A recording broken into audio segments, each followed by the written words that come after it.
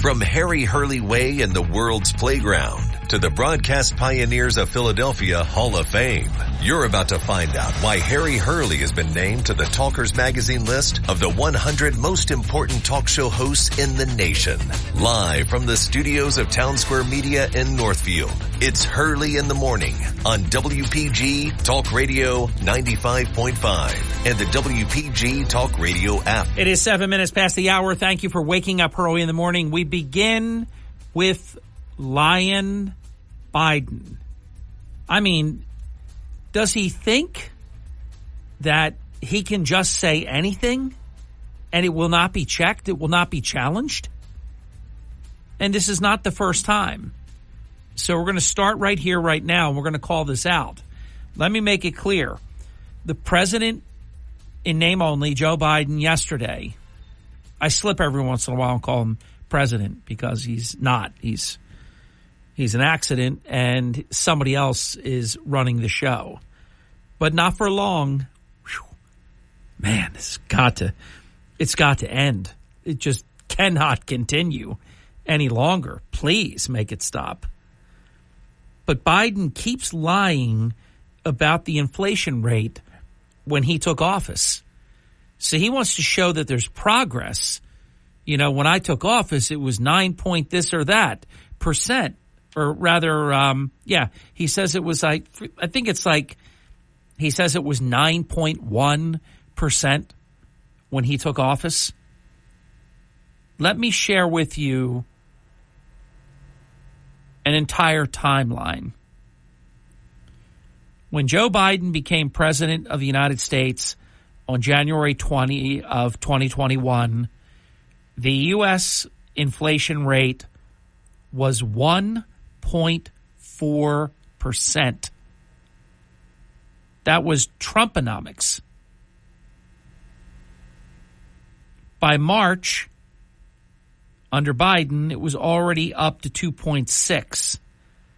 By November of 2021, it was up to 6.8%. By February of 2022, it was up to 7.9%. In March of 2022, it was up to 8.5%. In June, 9.1%. So Biden came in with incredibly low inflation and an inflation rate that was 1.4%. So when he lies and says that, well, look, we're doing good, everything's going well, it's working. And when I came in, it was 9.1%. No, sorry. It was 1.4%. Yes, your policies took it to 9.1%, but you did that. You didn't inherit that. This is how they lie. So unless the former and future president, like that, unless the former and future 45th and 47th president is responsible for someone that takes office in January of 2021, if you're responsible a year and a half into his presidency, June of 2022, then that would be novel.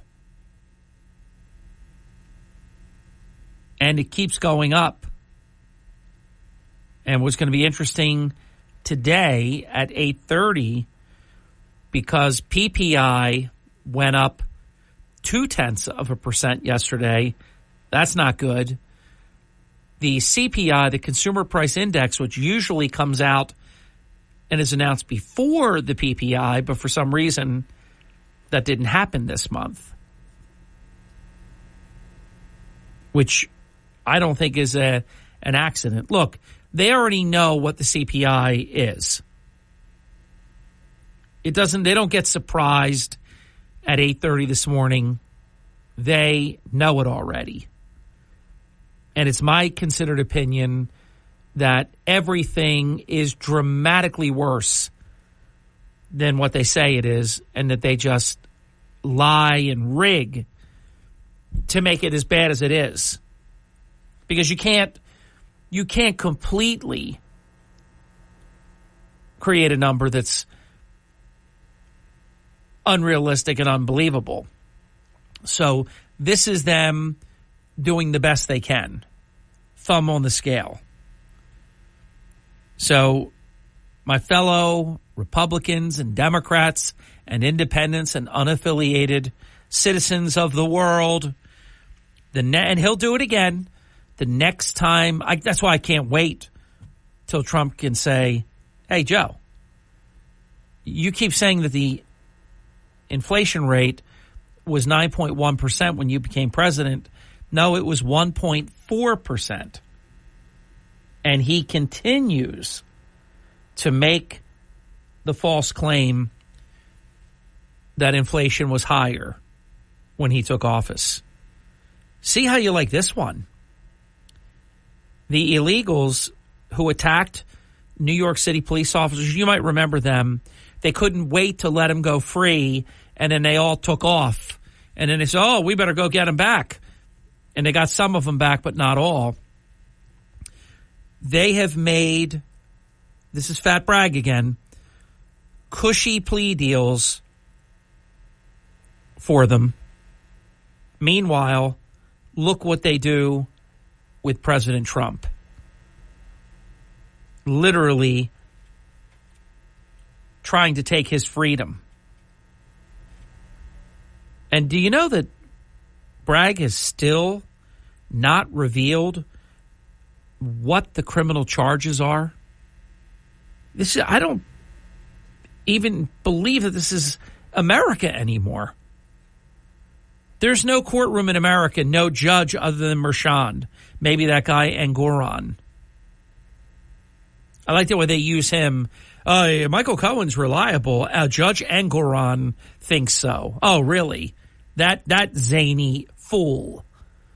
That something came out about him, that he had some kind of inappropriate conversation with someone about President Trump.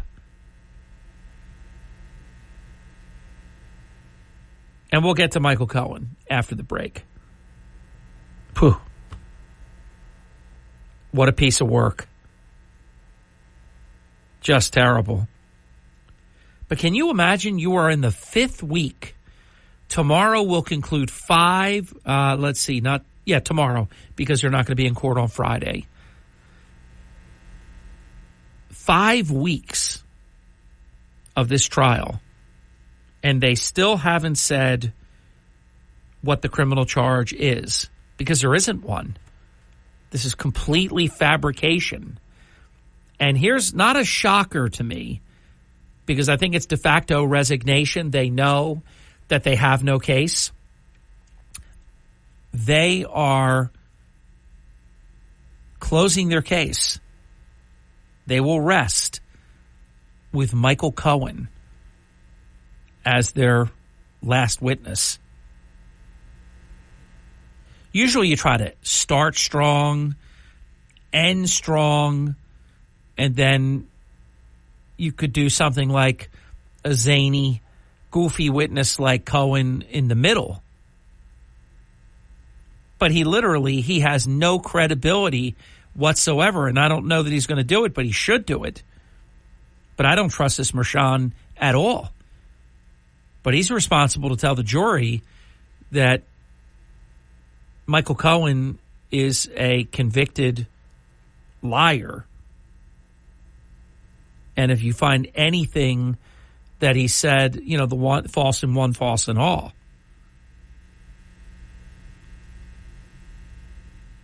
They have put on, my opinion is this, and I have paid excruciatingly close attention to this case for obvious reasons. And I don't usually, but this is unprecedented. It's extraordinary.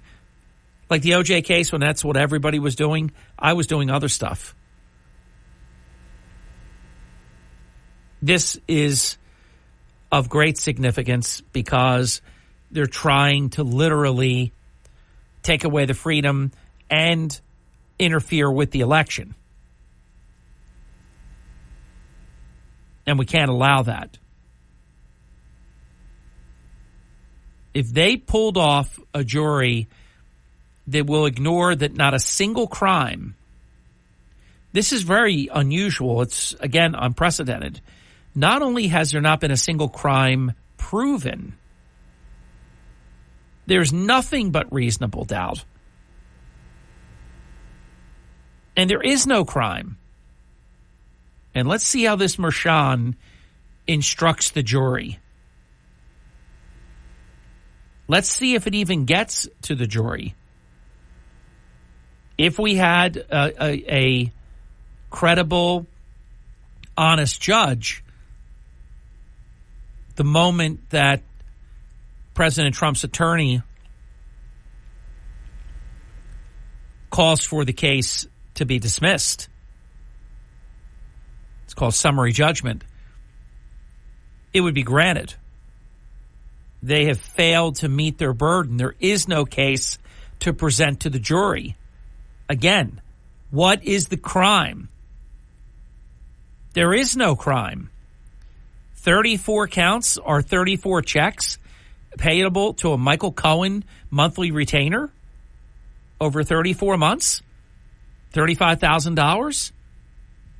How is that? Where is the criminal charge? And somehow Bragg is acting like Trump should have paid this settlement from campaign funds, which, of course, you would never do that. And that would get you indicted. So they really made it that no matter what Trump did, they're going to charge him because they made it up. But literally 5 weeks into the trial, there is no charge. I think that's rather important for everybody to understand.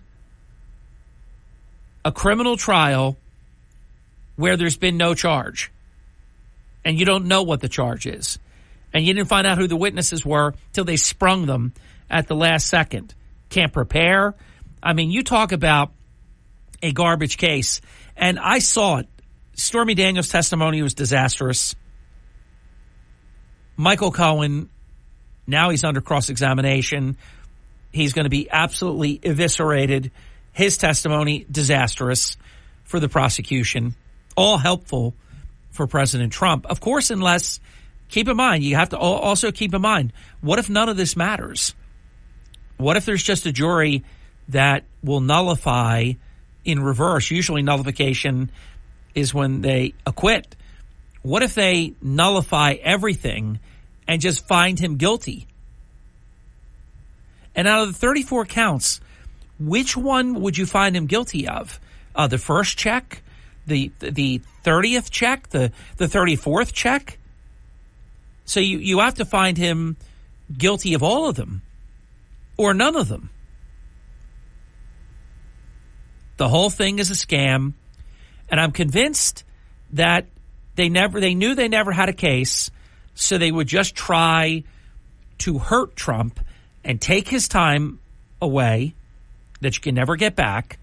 And if they just happen to get a jury that gives them the verdict, then it's, happy joy. And then they know it's going to be overturned, but they don't care. This is as filthy as it gets. We'll be back. Don't go away. In a world full of fake news, AI, and unverified information on social media, where can you get the latest, most accurate South Jersey news? WPG Talk Radio 95.5 and the WPG Talk Radio app.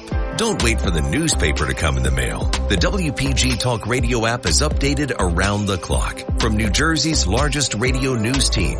Accurate, dependable, reliable. When you need to know, it's WPG Talk Radio 95.5 and the WPG Talk Radio app. Fox News commentary. Team Biden is terrified of what could happen at the DNC convention in August. So much so, they are reportedly pushing for a semi-online format. I'm Tommy Lahren. More next. Something amazing is happening in data management. Even though storage needs are constantly changing, companies are only paying for what they need now.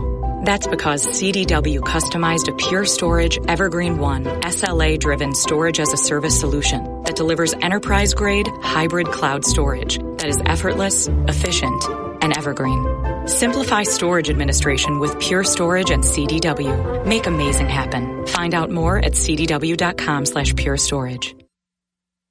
The DNC convention set in Chicago this August is going to be a real circus. According to reporting from Politico, Joe's advisors are so worried about the pro-terrorists overshadowing the DNC convention this summer, they are pushing to move it semi-online to minimize disruptions. One option under consideration would be to have a pre-taped delegation roll call from each state. A video montage would be a safer bet to minimize delegates going rogue on a hot mic. This is also embarrassing for the Democrats. Not only do they have a senile candidate that nobody wants, they've also got to grapple with the pro-Hamas wing of their own party. They say Republicans are divided. Well, that's laughable. So get your popcorn ready. Summer in Chicago may be the greatest political circus show of all time. I'm Tommy Lahren, and you can watch my show, Tommy Lahren is Fearless, at Outkick.com. Enable our skill and tell your smart speaker, play WPG. You're waking up with Hurley in the morning. Makes me think about things a little bit differently. WPG Talk Radio 95.5. Well, then let's think about this. First of all, it's 25 minutes past the hour. Wide open forum coming up in about 35 minutes. Cannot wait because we missed you yesterday in open forum. We have to make up for it today big time. So anything that's been on your mind for the past couple of days, let's get to it coming up in just over a half hour from now at 609-407-1450. I'm minding my own business yesterday, and all of a sudden, before my eyes and my ears, there is New York City Mayor Eric Adams. And honestly, it should be a Saturday Night Live skit, but they don't do anything funny anymore. But it should be. Because all of a sudden, and I'm telling you, I just laughed. All of a sudden, he says, we have a significant shortage of lifeguards for our swimming pools. New York City has a lot of swimming pools, and I think that's great. Kids, adults, it's great exercise. You know, folks should know how to swim. Very important. I love it. So don't get me wrong. And I was a lifeguard, not a beach lifeguard. So all of a sudden he says, we have this staffing shortage of lifeguards, but we can fix it really easily because the migrants, I call them illegals, the migrants, can I say a pun? He floated the idea that the migrants could be the lifeguards. Because, quote, they're excellent swimmers, end quote. Now, what evidence is there that they're excellent swimmers? What's he talking about? I don't know if they sink like a rock or if they can float, if they can swim. We don't know. What are they swimming down the hallways of the hotels that we give them? For free? So there you have it. I mean, this is the kind of unseriousness that we're dealing with. Migrant lifeguards because, quote, they're excellent swimmers, end quote. I don't know that there's any way to know that. Did he have like time trials? Post signage? Time trials today, 3 p.m. Would you trust that? Would you have your kids at the public swimming pool with the illegal lifeguard? Because, quote unquote, they're excellent swimmers? I'll tell you what. I mean, we have people like that guy, Brandon, whatever his name is in Chicago, awful. Eric Adams, terrible. Marty Small, awful. That's New York City, Chicago, and Atlantic City. These Democrat towns with awful mayors, just horrific. So I'm going to just say, hey, Eric, I'm going to say a big no. I'm going to pass on the illegals as the lifeguards because, quote unquote, they're excellent swimmers because you say so. You know, you realize to be a lifeguard, and I took the course with a woman by the name of Beverly Jeffries in the middle of the winter. It was like January of 19, might even have been right before, might have been in the late 1980. But it was definitely very close to when we were opening the Golden Nugget. And it was tough. She had an outdoor pool with like a bubble over it. It was so cold. It was tough. And you had to learn how to do all kinds of things. First of all, you had to be able to tread water fully clothed. You had to be able to blow up your pants with air and use them as a flotation device. You had to rescue a person and swim with them. Then you took on top of that basic first aid. Who are these? Who are these illegals? What? You just going to sit them in a chair and say you're the lifeguard? They don't know a shepherd's crook from crooked Joe Biden.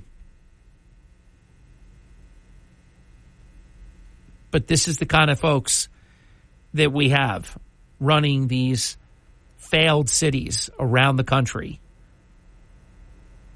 And these are the ideas that they float. We'll be back.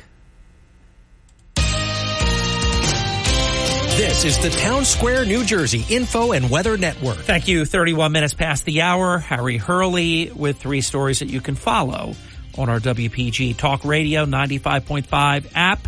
Marty and LaQuetta Small, their first court appearance. Let's see if they appear. I say they won't. I say they'll waive it. That's today, though. Same Atlantic City police officer arrested the same car thief in 8 hours, one shift. That's pretty rare. And the Atlantic County Republican Party chairman. From the Town Square, New Jersey Info and Weather Network, I'm Chief Meteorologist Dan Zarrow. Unfortunately, today is not shaping up to be a nice weather day. Umbrellas up again, South Jersey. Periods of rain, which could be heavy at times. It'll be cloudy and cool. Temperature this afternoon, 59. Steady rain transitions to spotty showers tonight. It'll get windy for a time, low 58. Tomorrow, lingering showers. Still lots of clouds, still breezy and cool. High of only 62. Get weather 24/7 wherever you are. Download our free mobile app today. This is an important safety. Hurley in the morning. WPG Talk Radio 95.5. Hurley in the morning. They really do separate fact from fiction. WPG Talk Radio 95.5. Welcome back to the Hurley in the Morning program at 37 minutes past the hour.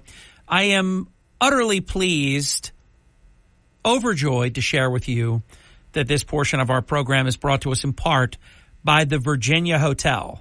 Tucked away on Jackson Street, the Virginia Hotel, the standard for boutique luxury in Cape May, New Jersey. It's an impeccably restored 1879 landmark building, and I don't know why they're called cottages. I guess because that's quaint, because these are beachfront large homes. I want to say like a mini mansion of sorts. We love them. We've stayed in, I believe, 3 out of the 4. They're beautiful. And the location, I mean, is just incredible. Impeccably restored in every way. They combine history with modern day amenities and superior service, and you enjoy a great hotel experience. Elegant guest rooms. There's thoughtful spaces where you can meet. Delicious made-to-order breakfast delivered to your exact specifications. It's all part of it. And the good taste doesn't end there. You're just steps away from the Ebbett Room, one of the finest restaurants in the country. The Virginia's on-site restaurant, the Ebbett Room, features elevated, very fine farm-fresh dining, creative cocktails, nationally recognized wines, live music from the acclaimed pianist Kenneth Richardson, the perfect soundtrack. All of it just a block from the beach, a haven of beautiful design with unrivaled comfort, friendly attentive service, the perfect springtime choice for a midweek couple's escape. Book your stay now at caperesorts.com/Virginia. The Virginia Hotel and Cottages, boutique elegance since 1879. Open forum coming up right after the top of the hour break. Well, is this like a Perry Mason moment that I'm about to share? Is this a gotcha moment? Karine Jean-Pierre yesterday confirmed that, quote, President Donald Trump's ongoing criminal trial in New York City is, quote, related to the 2024 elections. You know, this is a woman, first of all, remember, they wanted her out. And she knew she's African-American and she is gay, so forget about it. There's no way they can't do it. Because everything they're about is about checking boxes and filling quotas, never about competence. They wanted her gone, and they couldn't do it. If you didn't put her in there in the first place, you wouldn't have had to try to get rid of her later. And this is somebody that I've watched hide behind the Federal Hatch Act. Somebody tell me, how could she say that President Trump's criminal trial, isn't that terrible to say that? Because they say it is, even though they don't have a crime. President Trump's criminal trial is, quote, related to the 2024 elections. Guess they're involved. They said they weren't, but she says they are. But this is her way of just saying the Hatch Act prevents White House officials from interfering in elections, including by making comments that could have influence on the election. Well, she does it every day. Then by definition, she violates the Hatch Act every single day. Then she uses the Hatch Act when she doesn't want to comment about something. She admitted what we all know. I just thought that was fantastical. CPI at 8:30 this morning will be interviewing Atlanta County Republican Party Chairman Don Purdy at the time. Boy, has he leveled some explosive allegations. He has reached out to the Attorney General and to the Atlanta County Prosecutor. And let me tell you in short what's going on here. I found this on the web. I'll tease it. I have no idea why Siri just launched on my phone. Did I tell you there's a baseball player? I forget. I think he's on Toronto, maybe. Toronto Blue Jays. His name is Siri. Can you imagine how many times Siri launches in his life? But this Don Purdy thing is no joke. It is no joke at all. Let me get the final break in so that we can come back. We'll be unbridled. I'm going to go through a part of NJSA 1963-22 involving the handling of election ballots. Get ready for this when we come back. It's 43 minutes past the hour on the Hurley in the Morning program. You're listening to Hurley in the Morning. Egg Harbor Township. I'm from Margate. Listen at home or in the office on your smart speaker.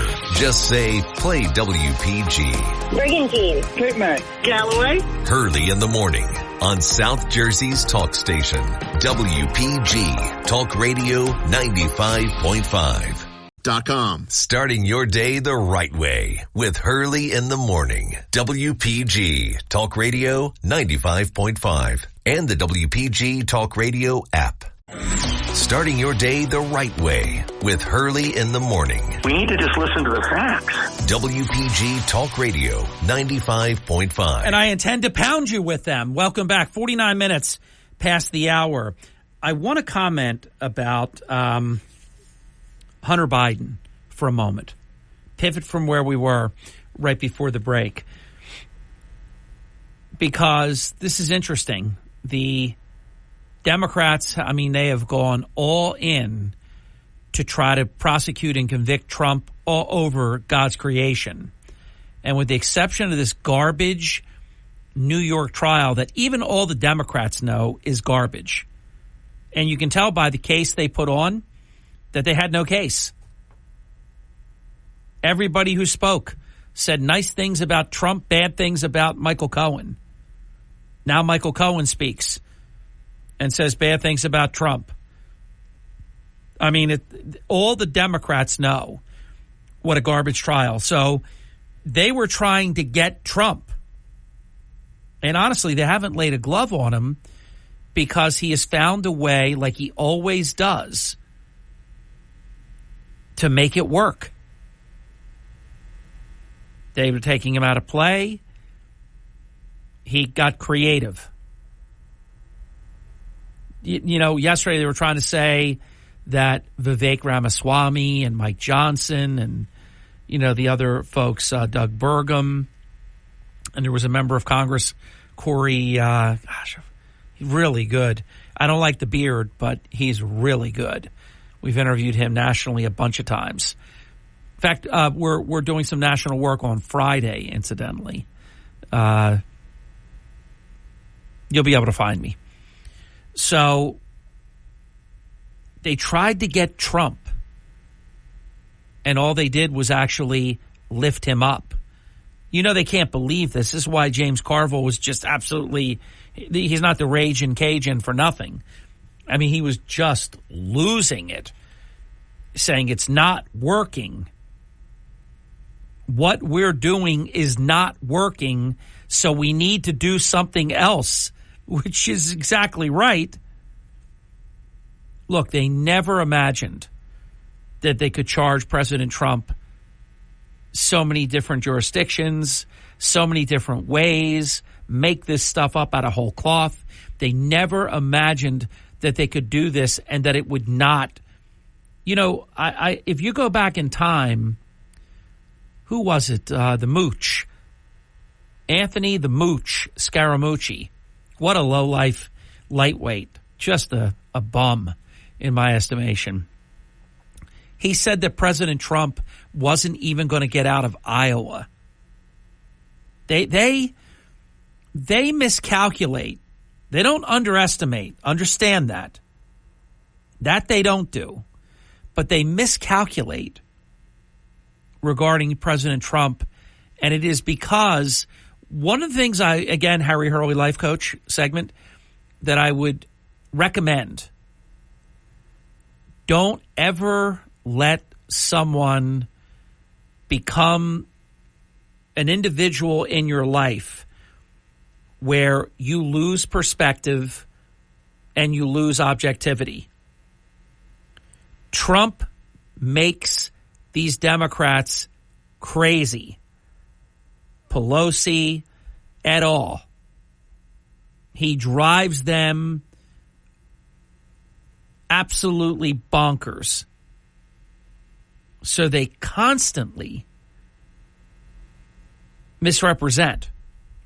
Again, they don't underestimate him. Make no mistake about it.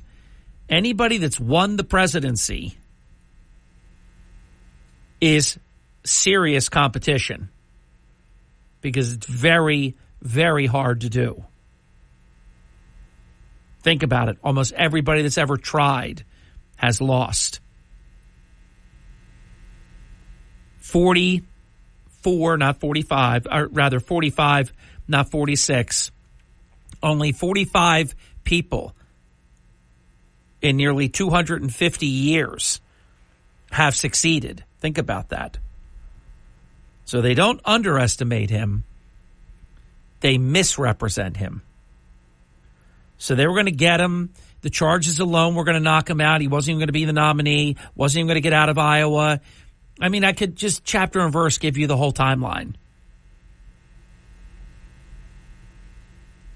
And then their charges would knock him down. And, of course, when none of that succeeded, then they got to hold tight to if he's convicted, though, it's going to change things. Just accept the fact that there are certain things that they are extraordinary in nature that you cannot, like if there was some big asteroid up there in the cosmos and you fly by in your little Jetson spaceship, you're not going to move that thing. Trump is like a planet. You can't change the trajectory. So guess what? Even if a New York jury that surely will be overturned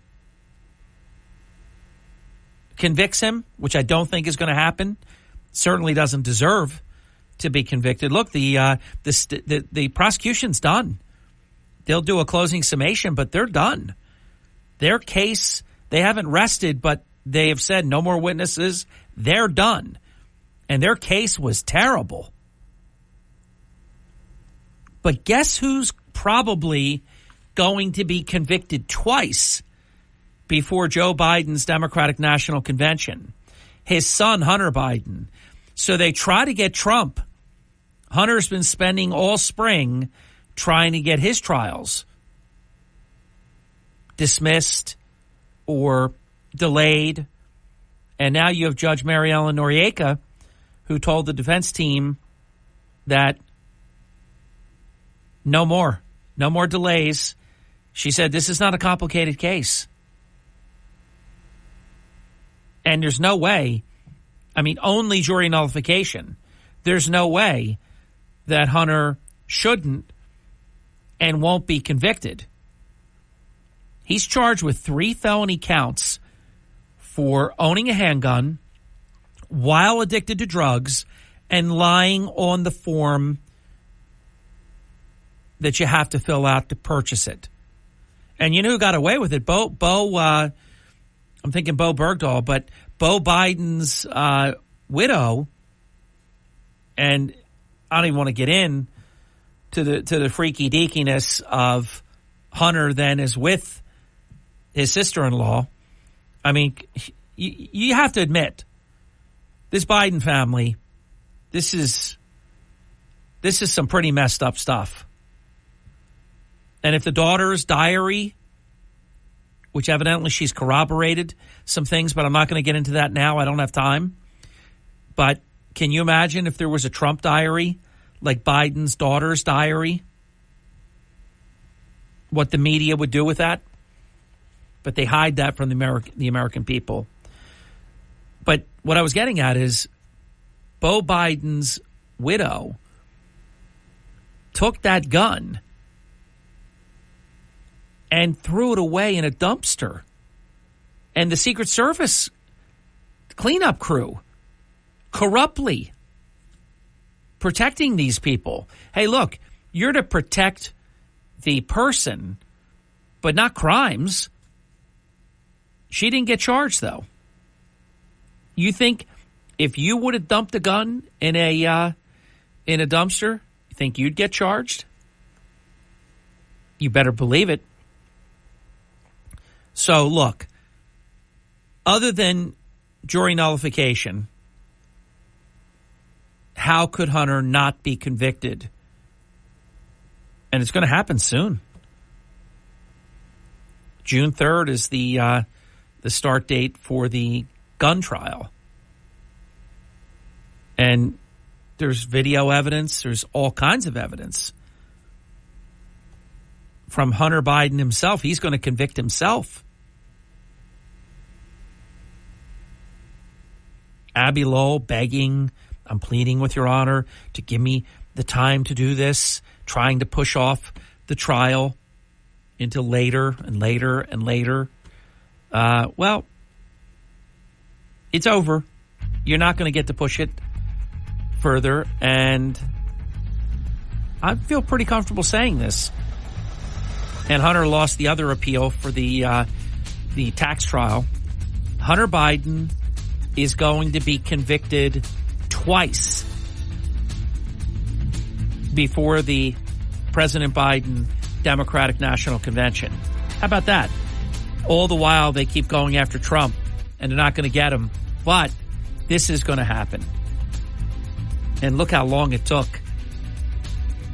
And they're racing to get Trump into courtrooms. 609-407-1450. There is so much that we need to talk about. The topics will be yours. The time is yours when we come back. It is the Hurley in the Morning program. Call me now. Wide open forum. 609-407-1450. WPGG Atlantic City, WENJ HD3 Millville, a Town Square media station. Everything you need to know in 6 minutes starts now.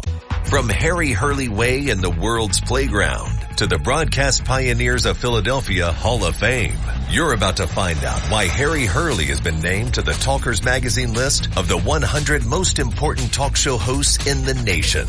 Live from the studios of Town Square Media in Northfield, it's Hurley in the Morning on WPG Talk Radio 95.5 and the WPG Talk Radio app. Thank you. It's 6 minutes past the hour, and our 609-407-1450 phone lines are open right now. Hope you'll call in.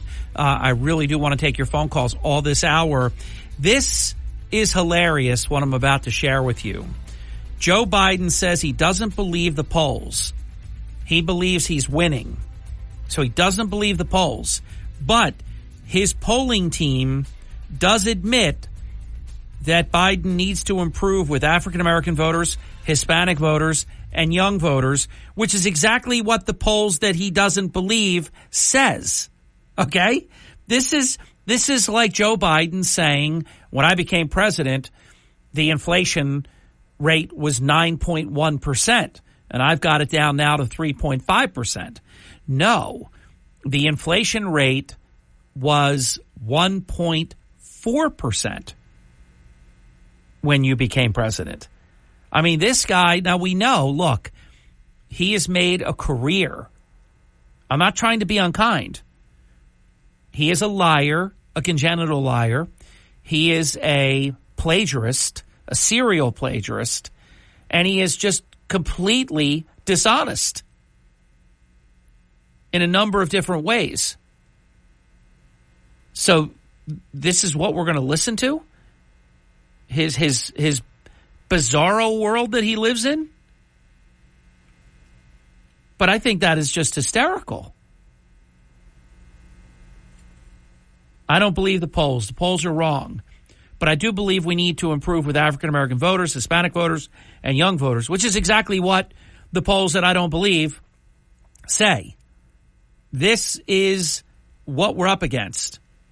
And what's really stupid about saying you don't believe the polls is if they do change in your favor, then you can't talk about them because you don't believe them.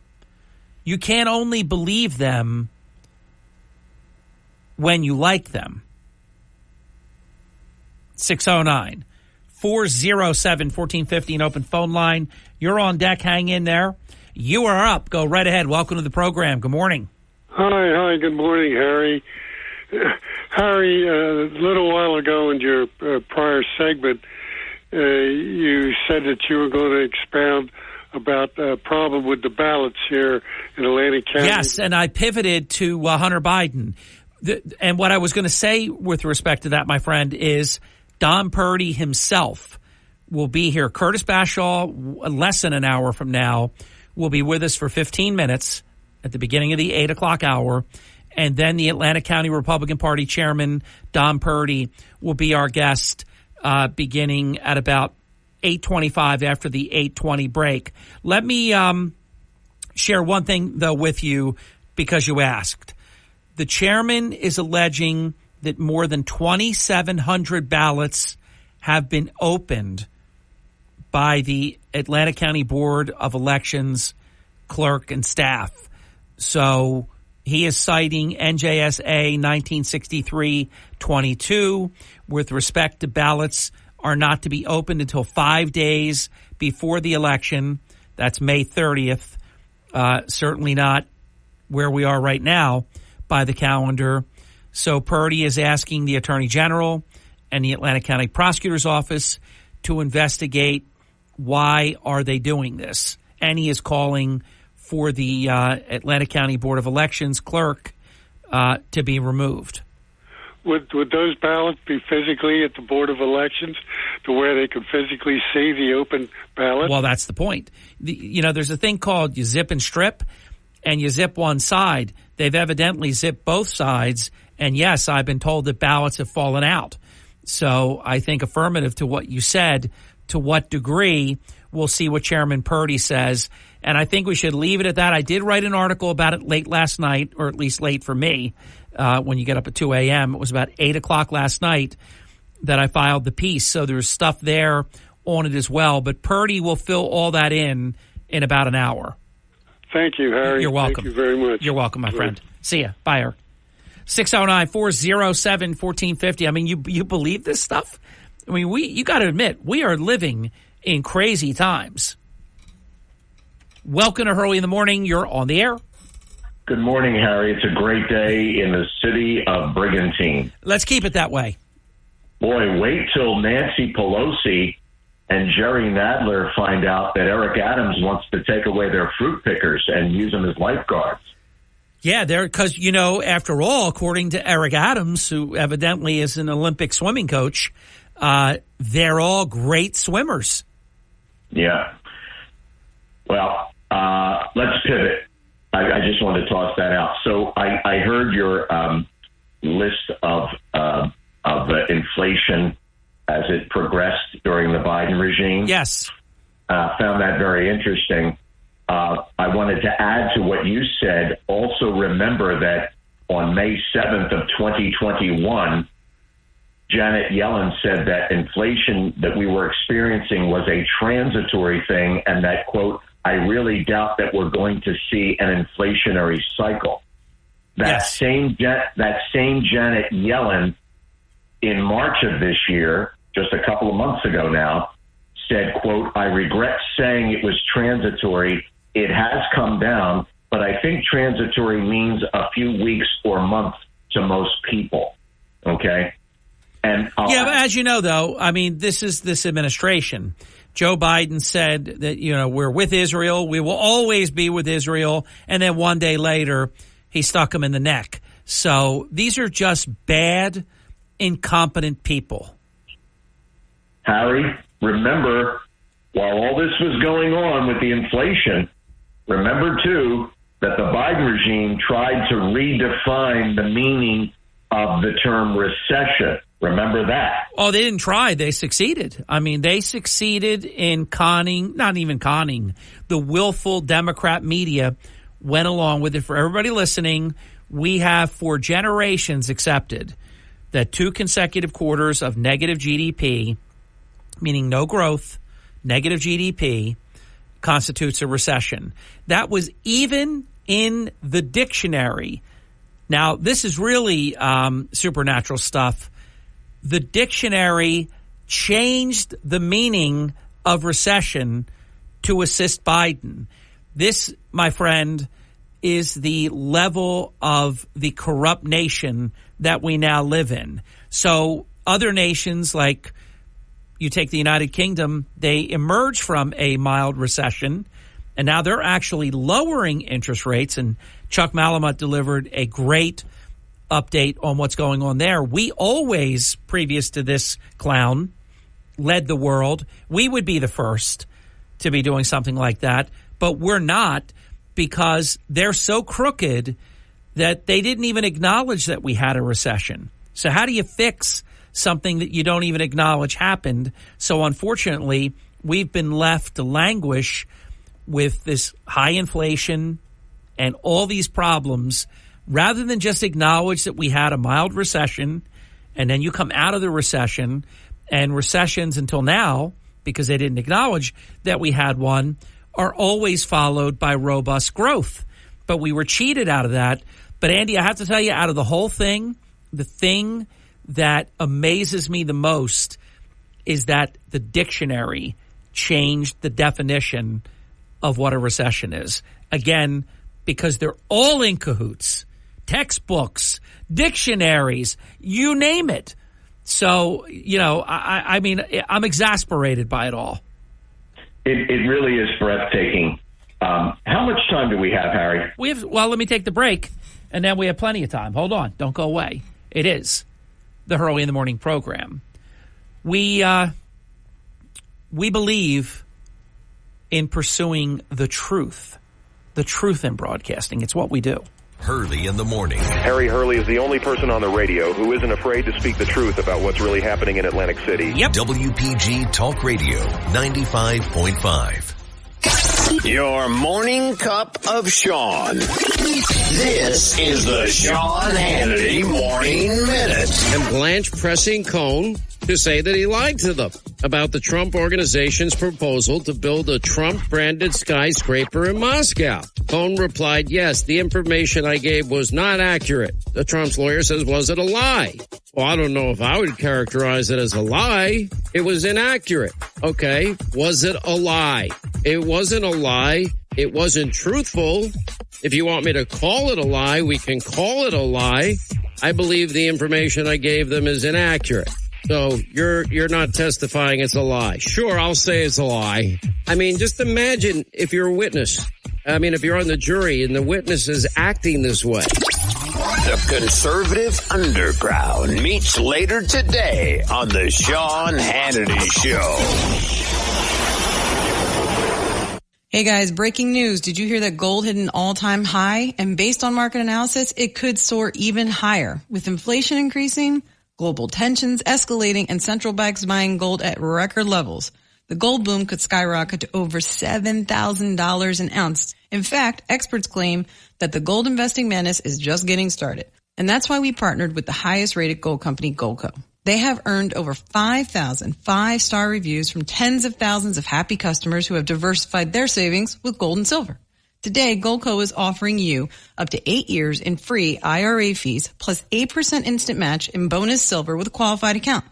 Call 855-815-GOLD for free IRA fees, bonus silver, and a free gold and silver info kit. What are you waiting for? Join the tens of thousands of people who have already joined the gold rush and diversified their savings with gold and silver. Call 855-815-GOLD now. That's 855-815-GOLD now. You're waking up with Hurley in the Morning. WPG Talk Radio 95.5. You're waking up with Hurley in the Morning.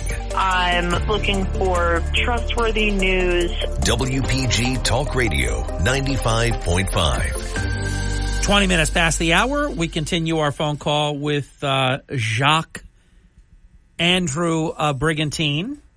Please continue, Jacques Andrew. I don't know if you've ever seen this, Harry. It's from 1963. The Honorable A.S. Hurlong Jr. of Florida. He was a congressman, and he actually read this into the congressional record on January 10th of 1963. This is from the Naked Communist, and at that time, it was the current communist goals, okay? Mm-hmm. And there are 45 of them, but I'm not going to read them all. I'm going to read a number of them, but they're very short sentences, and this is going to blow your mind. This is like Reagan's speech from 1964, which could have been written yesterday. I know you. Yes. Yeah, okay. We have played it. I love it. A Time for Choosing. Yes. So listen to this. Current communist goals. This is from 1963. Capture one or both of the political parties in the United States. Get control of the schools. use them as transmission belts for socialism and current communist propaganda. Soften the curriculum, get control of teachers' associations, put the party line in textbooks. Gain control of all student newspapers. Use student riots to foment public protests against programs or organizations which are under communist attack. 20, infiltrate the press. Get control of book review assignments, editorial writing, policy-making positions. Number 21, gain control of key positions in radio, TV, and motion pictures. 22, continue discrediting American culture by degrading all forms of artistic expression. An American communist cell was told to eliminate all good sculpture from parks and buildings, substitute shapeless, awkward, and meaningless forms. 23, control art critics and directors of art museums. Our plan is to promote ugliness, repulsive, meaningless art. 24, eliminate all laws governing obscenity by calling them censorship and a violation of free speech and free press. 25, break down cultural standards of morality by promoting pornography and obscenity in books, magazines, motion pictures, radio, and TV. 26, present homosexuality, degeneracy, and promiscuity as, quote, normal, natural, and healthy. 27, infiltrate the churches and replace revealed religion with social religion, discredit the Bible, and emphasize the need for intellectual maturity, which does not need a religious crutch.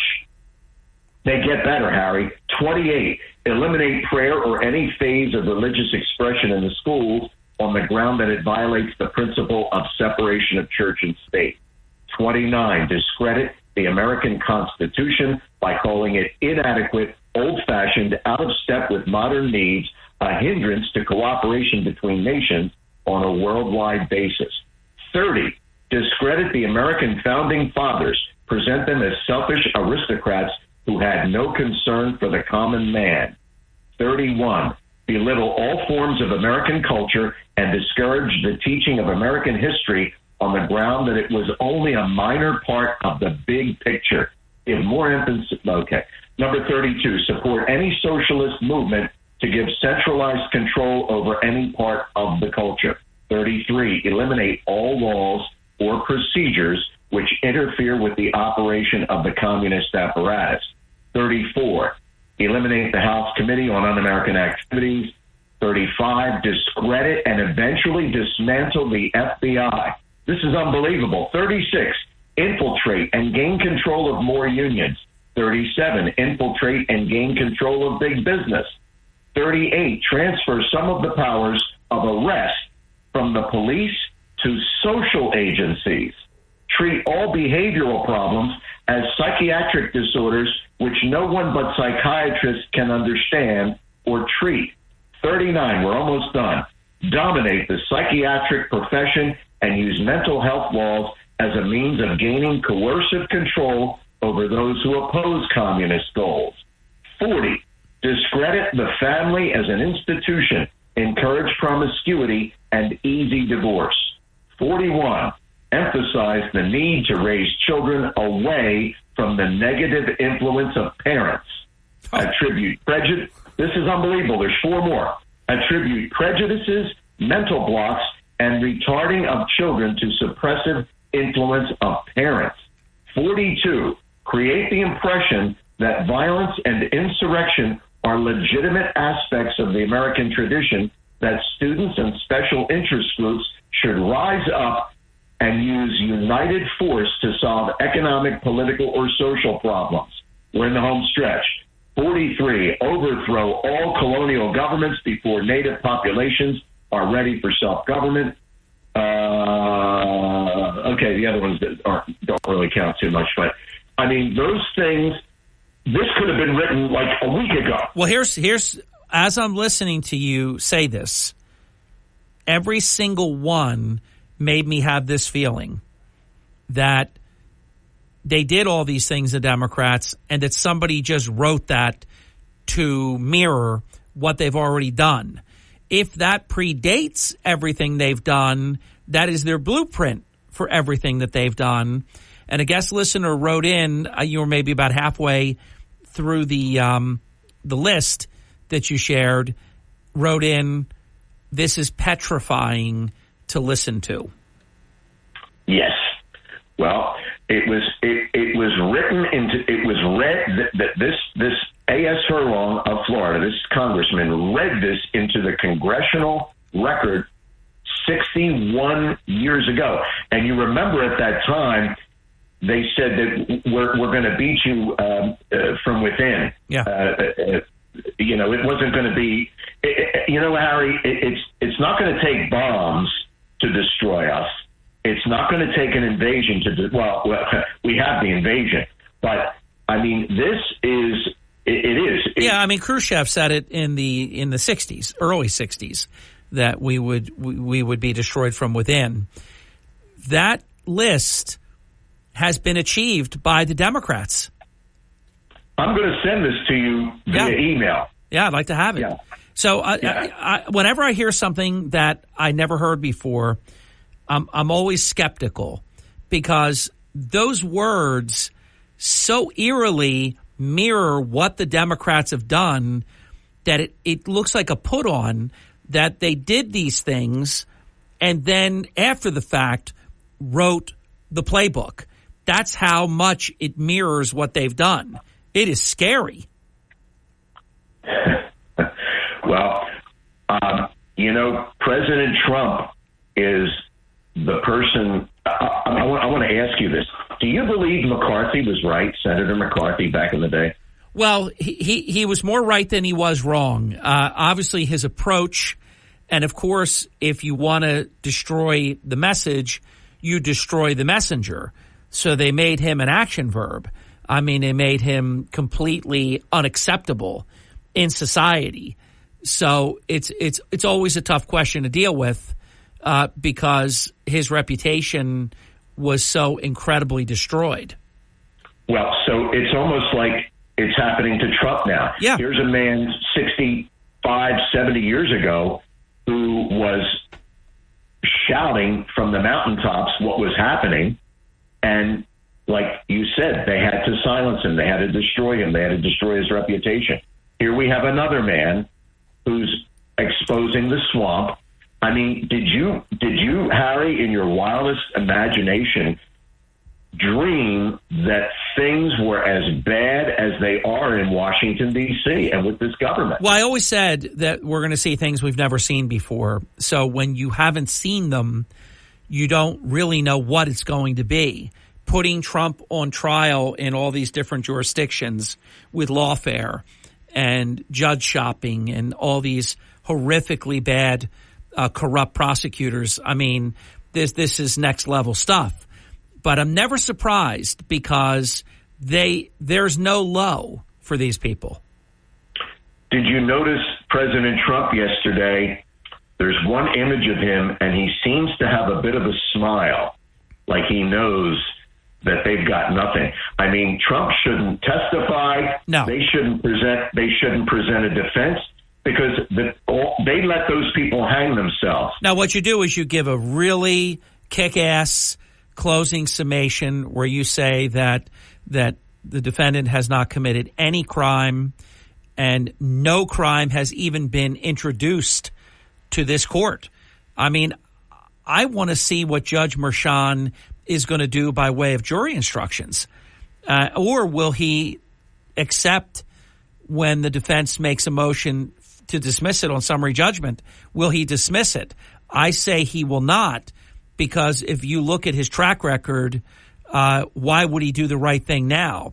So I think he's going to let it go to the jury. He knows that the case is garbage, and he knows that his responsibility is to kill it. You don't give it to a jury because the idea is you don't take a chance on an innocent, a not guilty defendant, possibly being found guilty. He knows the right thing to do. I predict he will not do it, though.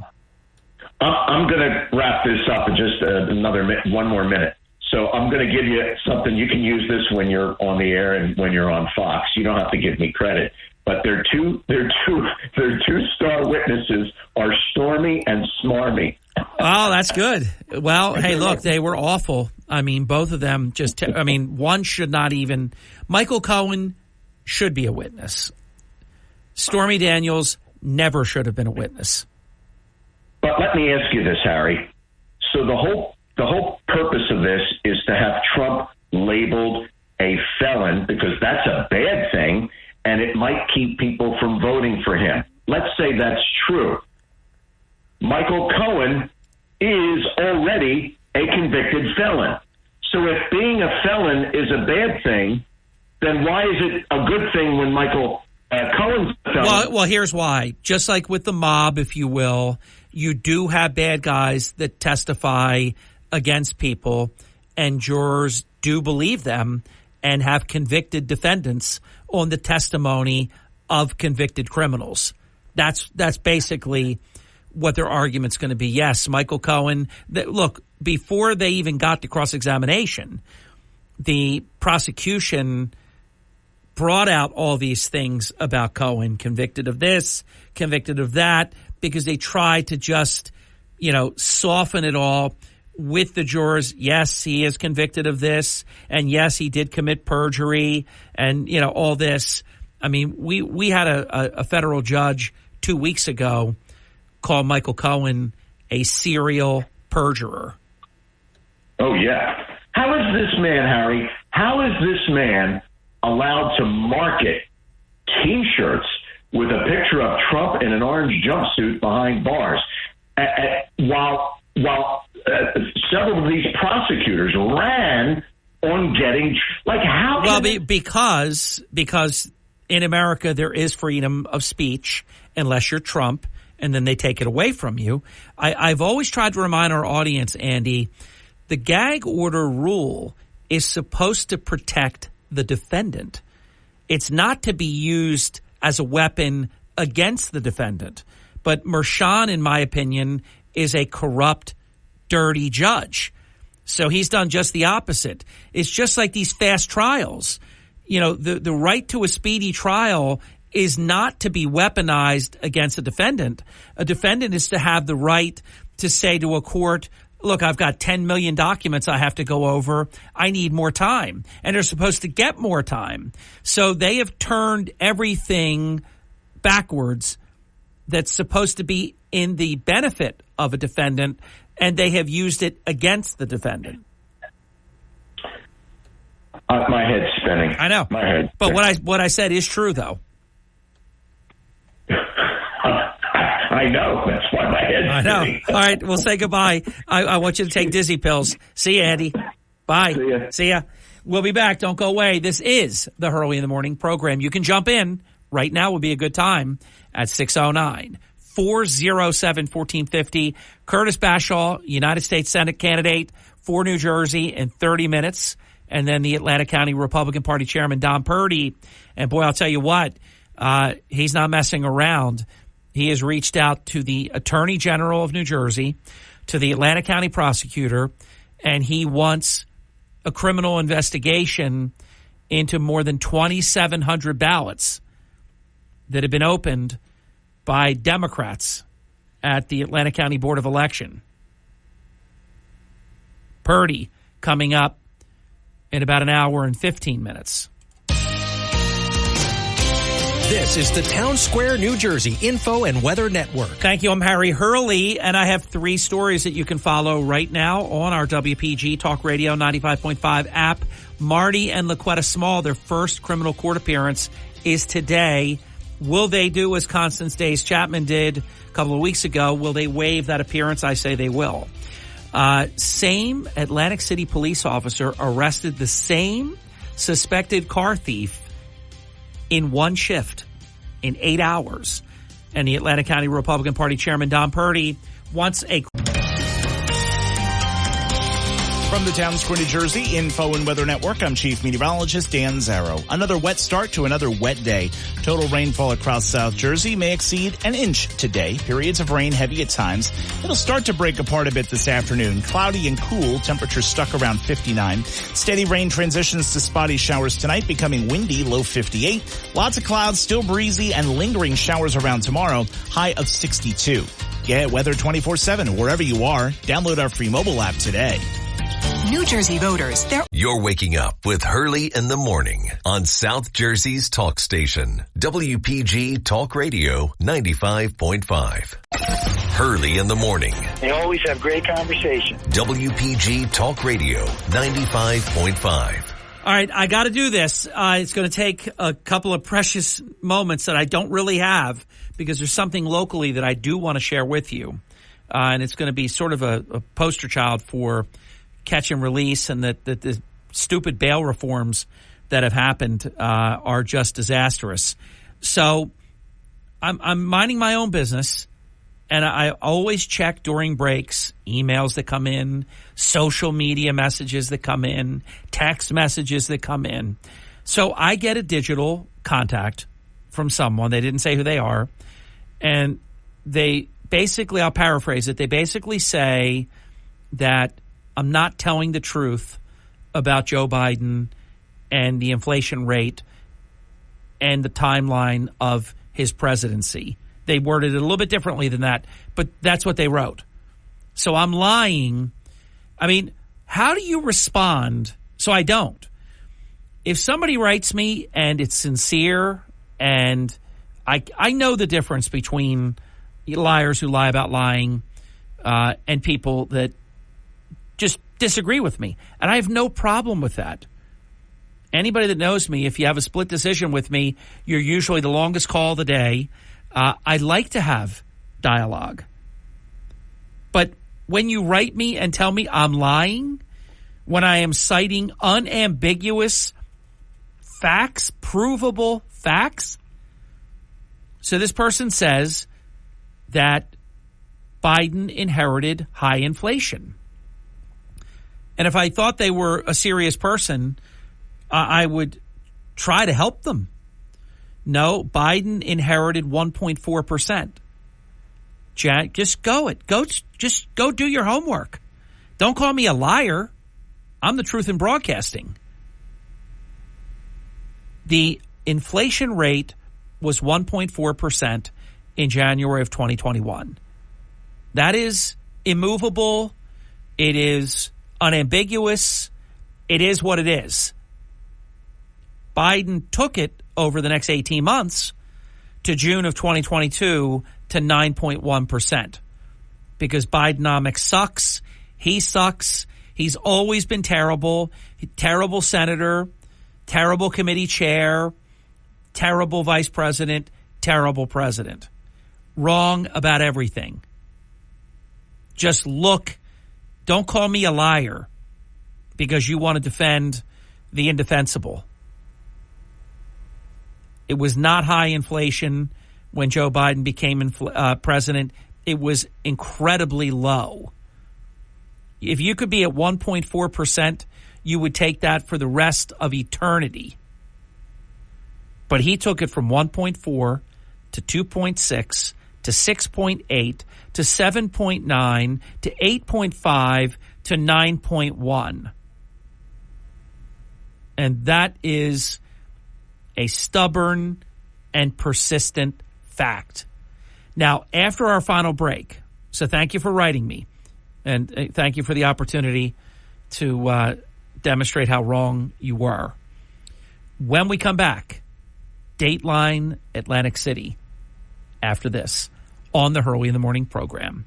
Curtis Bashaw about 20 minutes away, and Atlantic County Republican Party Chairman Don Purdy will follow for the rest of the 8 o'clock hour. And the first item of business is going to be Chairman Purdy's request for a criminal investigation into more than 2,700 ballots that he says have been mishandled by Democrats on the Atlantic County Board of Election. We'll be back right after this. People all over the Jersey Shore have found the easiest way to stay connected to South Jersey's talk station. It's the WPG Talk Radio app. Read free, unlimited South Jersey news. Listen to your favorite talk shows. Send us breaking news tips and more. The WPG Talk Radio app is powered by Smokers Haven. You'll find the finest selection of cigars at any of their 5 locations. Stop in and let them help you find the perfect cigar to pair with your life. SmokersHavenNJ.com. Hurley in the morning. WPG Talk Radio 95.5 and the WPG Talk Radio app.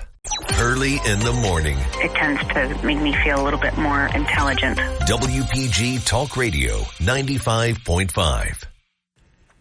Thank you. Welcome back. Let me share with you. So last break, I was able to share with you someone that said that I'm lying about inflation when, of course, I don't do that. You'll never, other than if I make an honest mistake, you will never, ever be able to catch me on something like that. 32 years this July 1st. Never, ever have I been caught with something like that because I will not do it. Now, I make mistakes, and we correct our mistakes with as much intensity as we made the mistake. But you'll never catch me saying that, that it was not 9%, that you got me, I'm making it up. It is what it is. It was 1.4% inflation when Biden became president, and he took it over 18 months to 9.1%.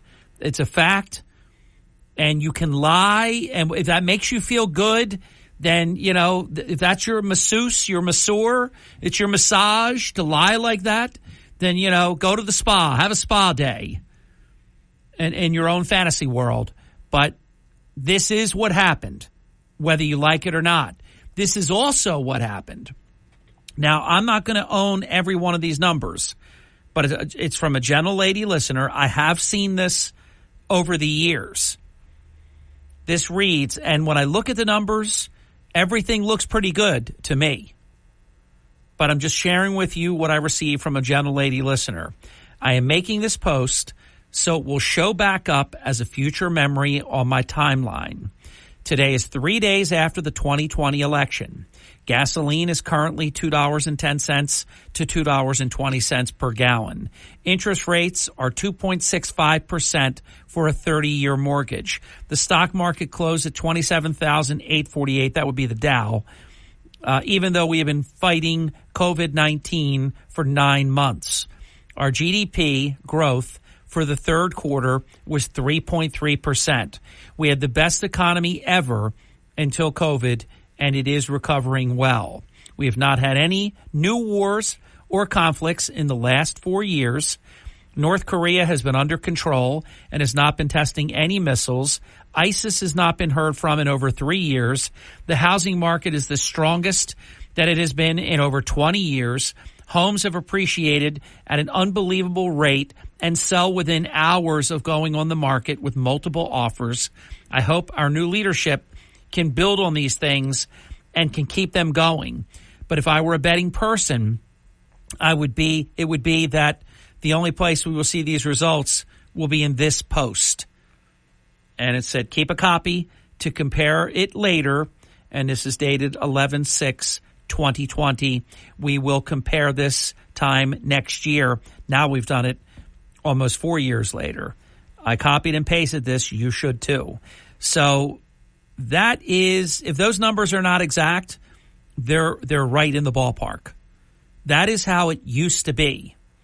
And if you wonder why Joe Biden won narrowly in a zombie all-vote-by-mail election, if you wonder why he was able to do that and to win the 6 battleground states, all of them, and now Trump leads them all, and some of them by as much as 13 points, 10 points, 9 points, 7 points. I mean, big leads in all of these. It is because, much like, and I've been saying it for a long time, this is very similar to the atmosphere of the 1968-ish era, and it's very similar to the 1980 election, where an incumbent Democrat president, now this is a little different because Trump is an incumbent Republican president, but with the 4-year separation there. So it's why the American people are wondering, oh my God, how is this happening? How are 18 to 34-year-olds, 18 to 49-year-olds, how are they voting for Trump? Why are Hispanic voters voting for Trump? Why is 23% of African-American voters supporting Trump? It is because the last 3.5 years have been terrible. awful. Worse than Jimmy Carter. And there's no denying that. You can email me and call me a liar and whatever you want to do. There's no denying the facts. All right, so let me share with you this story. I won't be able to do the whole thing now, but I want to do some of it because this is the only in Bizarro World, only in Catch and Release could the same Atlantic City police officer arrest the same car thief twice in 8 hours. You don't see this every day. In fact, you'll likely never see it again. On May 12th, just a few days ago, the same Atlantic City police officer arrested the same car thief twice within an 8-hour shift. Here's how the Atlantic City Police Department explained it. Quote, Officer John Bell located an unoccupied stolen minivan in the first block of Tennessee Avenue. The minivan had been reported stolen earlier in the day. With the assistance from the surveillance center, 2 occupants had exited the vehicle shortly before the arrival of officers. The occupants, Adam Ross and Ayn Wallace, were taken into custody in the area. Both arrested individuals were released on a summons with a future court date because that's what they have to do. They don't want to do that. This is called catch and release. But it wasn't over yet. In fact, it was only halftime. Quote, later in the evening on May 13 at 2:12 a.m., Officer Bell located another stolen vehicle in the first block of South Dr. Martin Luther King Boulevard. After conducting a motor vehicle stop, Ross was found to be the driver and was arrested again. The vehicle had been stolen several minutes earlier after the owner was outside of his vehicle engaged in an argument. Ross entered the vehicle and sped off, according to the Atlantic City Police Department. So Adam Ross of Absecon arrested, theft and receiving stolen property, 2 counts. Ross is at the Atlantic County Justice Facility at this time, I believe. And Ayn Wallace of Northfield receiving stolen property, joyriding, and possession of CDS paraphernalia. Wallace was released on a summons and given a future court date. So we have coverage about that on the app if you want to check it out. But that's catch and release. I mean, I just believe if you did the first thing, you shouldn't be available 8 hours later to do it again. But this is now, because of Democrats, this is the country that we now live in. Curtis Bashaw, United States Senate candidate for New Jersey, Republican candidate, joins the program in just 5 minutes or so. Don't miss it. And then Chairman Don Purdy of the Atlantic County Republican Party on ballots. WPGG Atlantic City, WENJ HD3 Millville, a Town Square media station. Everything you need to know in 6 minutes starts now. From Harry Hurley Way in the world's playground to the broadcast pioneers of Philadelphia Hall of Fame, you're about to find out why Harry Hurley has been named to the Talkers Magazine list of the 100 most important talk show hosts in the nation. Live from the studios of Town Square Media in Northfield, it's Hurley in the Morning on WPG Talk Radio 95.5 and the WPG Talk Radio app. Let's get right to it. 6 minutes past the hour. It's my pleasure to welcome back to the Hurley in the Morning program a very long-time friend, great community leader, someone that actually has signed the front of checks for decades and has created more than 1,000 jobs himself. So these are just some of the reasons why a number of months ago I personally endorsed at the Ronald Reagan dinner Curtis Bashaw for United States Senator for New Jersey. I was happy to do it then. Happy to stand by it now. Curtis, welcome back. Good to have you. Thanks, Harry. It's great to be with you this morning. And it was nice to see you in Wildwood. That was quite an amazing turnout, wasn't it?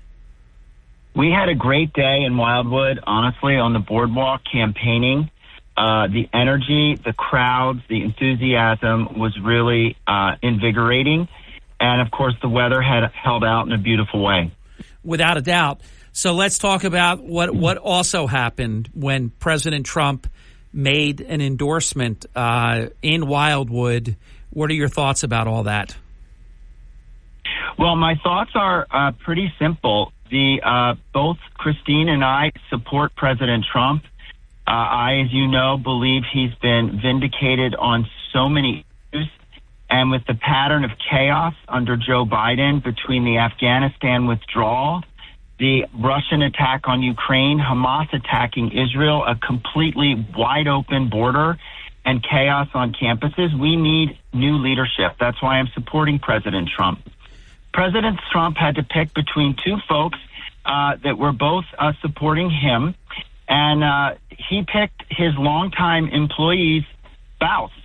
And I completely respect loyalty. I'm a loyal guy. I have lots of employees that have worked for me for many, many years. So, I do know that we are the best campaign to win in November. And that was revalidated by all 14 of our county organizations with the endorsements of me. We were campaigning yesterday in Patterson, in Passaic, had a very warm welcome there. With a fantastic event.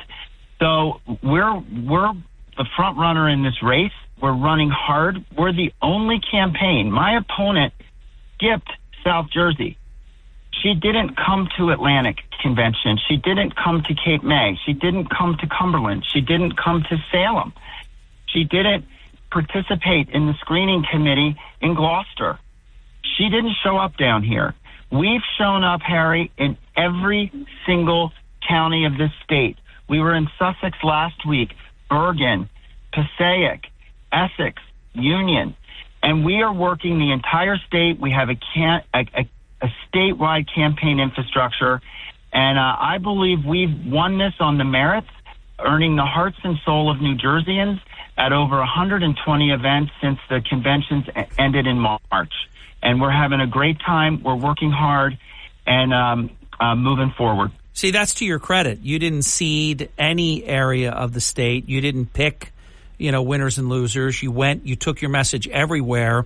For those listening, there are 21 counties in New Jersey. Correct me if I'm wrong, Curtis, but I believe you've actually won the support of 14 of 21, correct? And some of them don't even have a formal process. So it's not like you lost 7.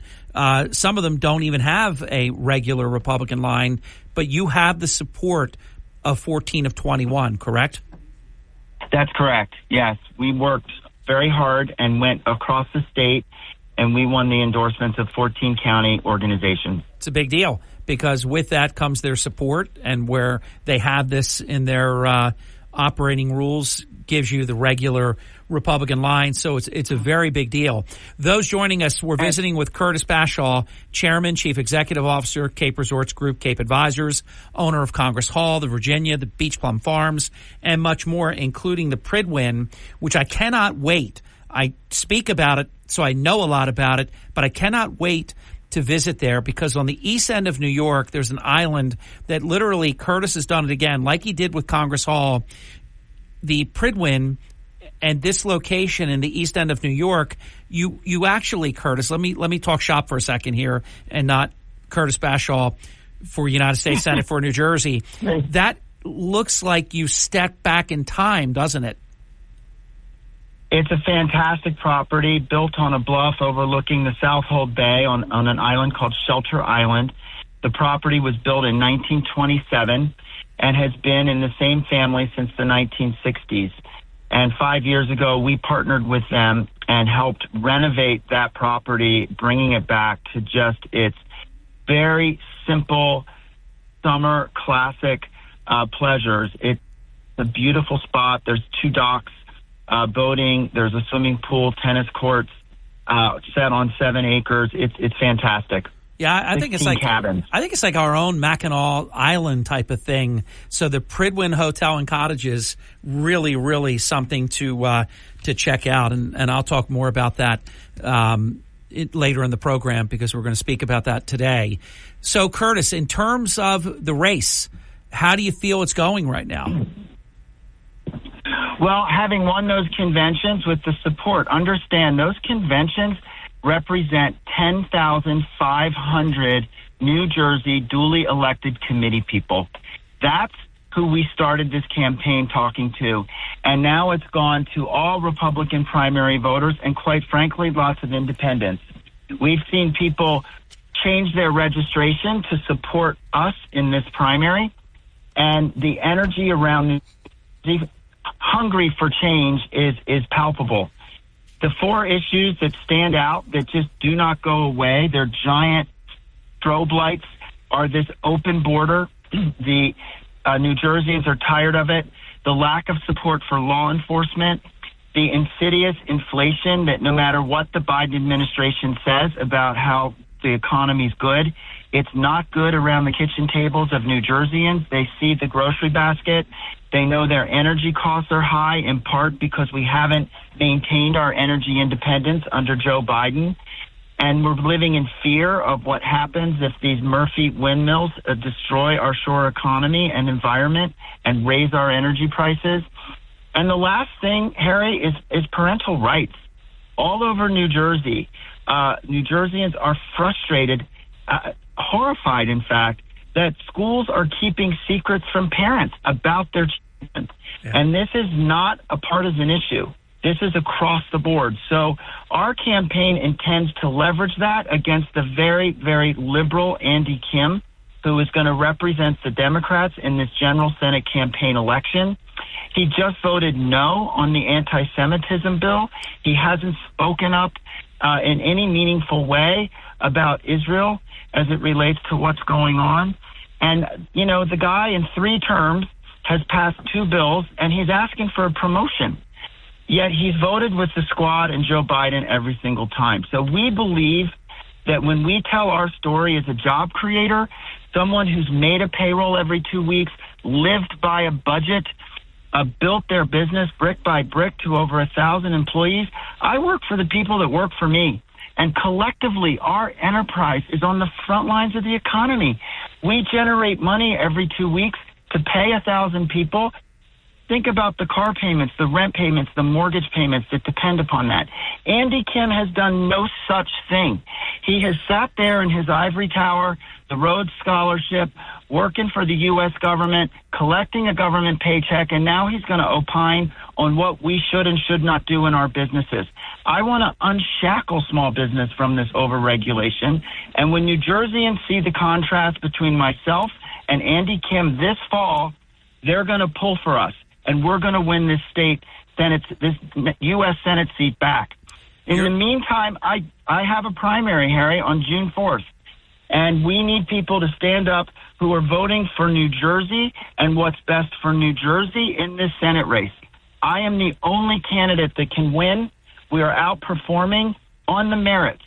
We have won the hearts and minds of these conventioneers and these 14 county endorsements. We've raised money 10-1 over our opponent, and we are going to take this home on the 4th with your support, and then we're going to have a blast in November, breaking the Democratic monopoly in New Jersey. I totally believe that past this prologue, this reminds me so eerily similar of Abscam. As you know, Curtis, there has not been a Republican U.S. Senator. Well, my friend Jeffrey Chiesa was appointed, and Nicholas Brady, when President Reagan was in office, was appointed. But we're talking about like a 50-year type proposition here.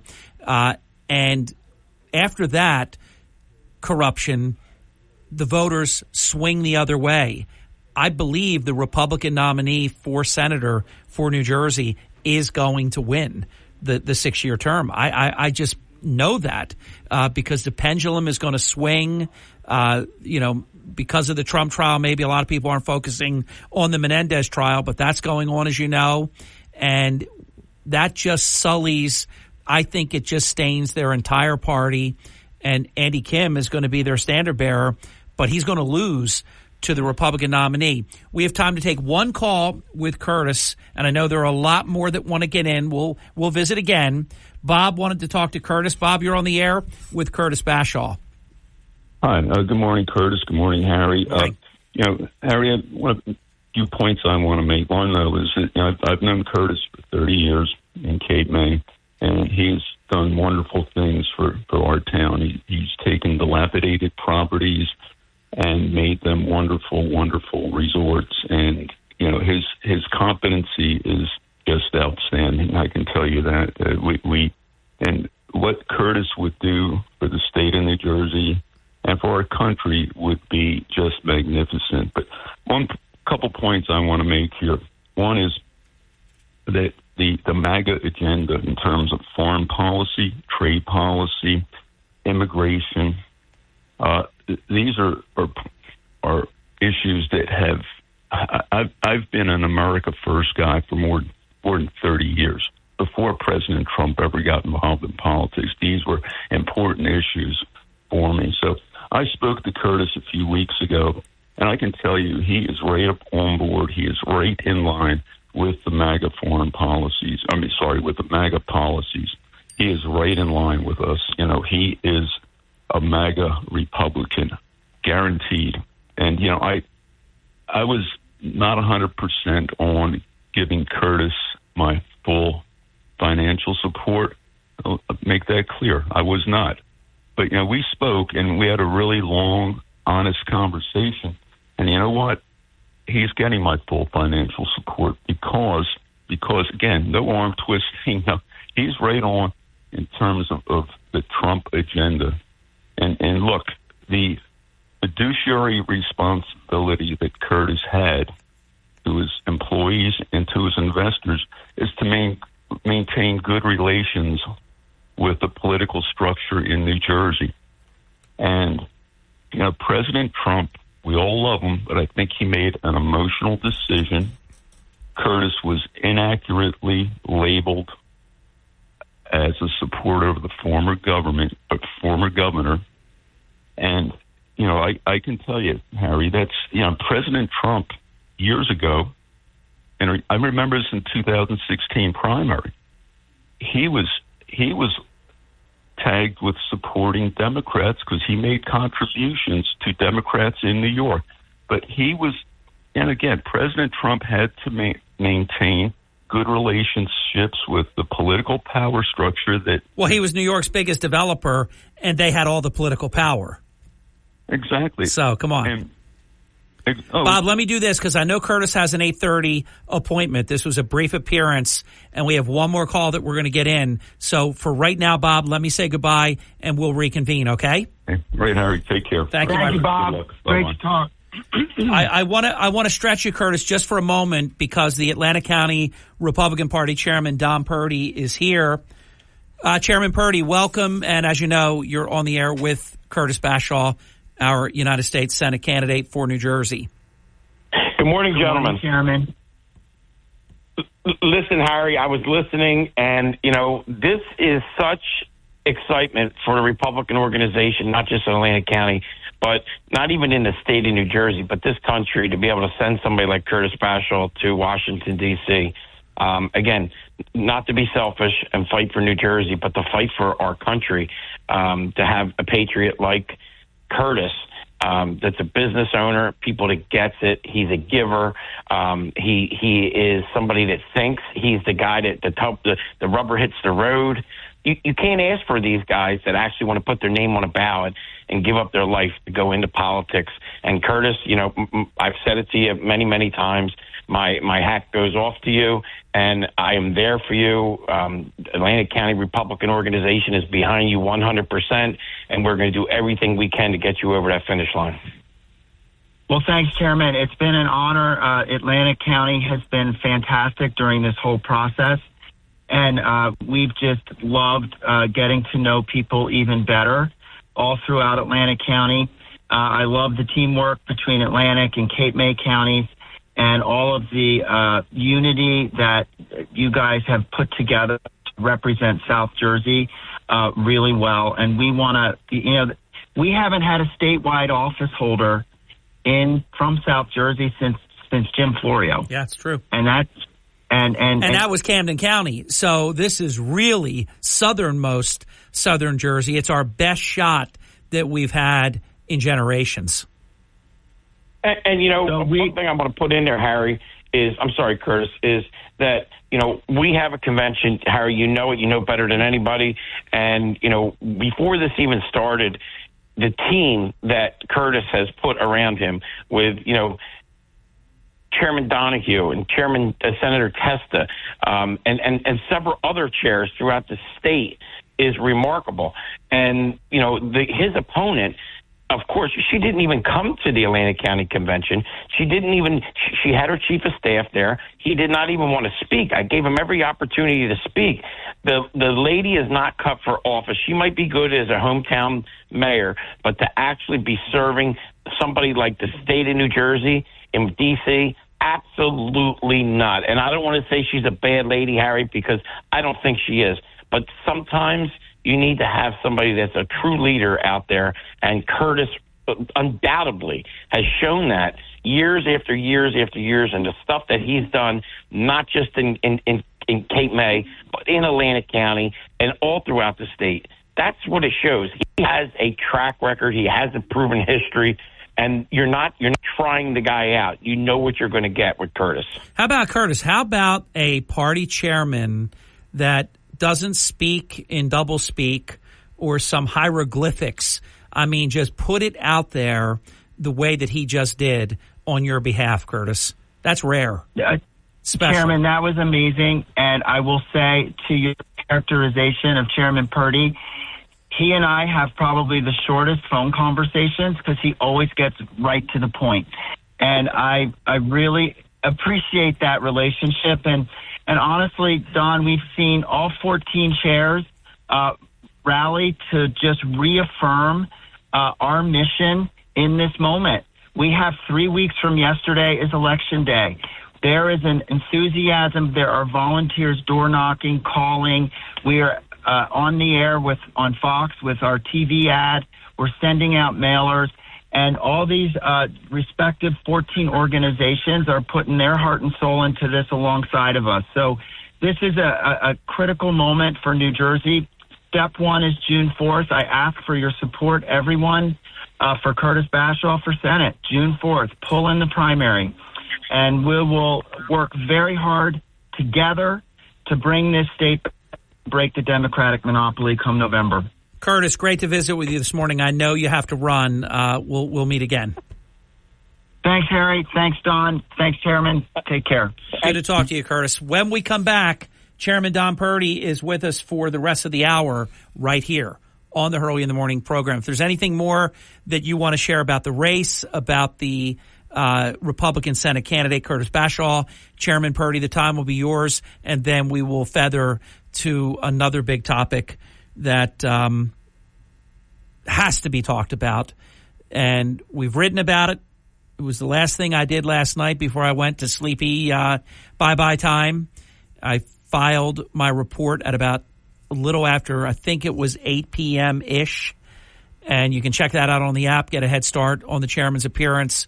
But the chairman is demanding, sometimes you say you're asking for, requesting. He's demanding a criminal investigation into more than 2,700 ballots and the manner that they have been handled or mishandled, allegedly, within Democrats at the Atlantic County Board of Elections. So, as usual, as you know from the conversation we just had involving Curtis Bashaw, Chairman Purdy doesn't mince words. He says it like it is. Much more with Don Purdy on the Hurley in the Morning program right after this. You're waking up with Hurley in the Morning. Egg Harbor Township, Ocean City, Brigantine, Mays Landing. WPG Talk Radio 95.5 and the WPG Talk Radio app.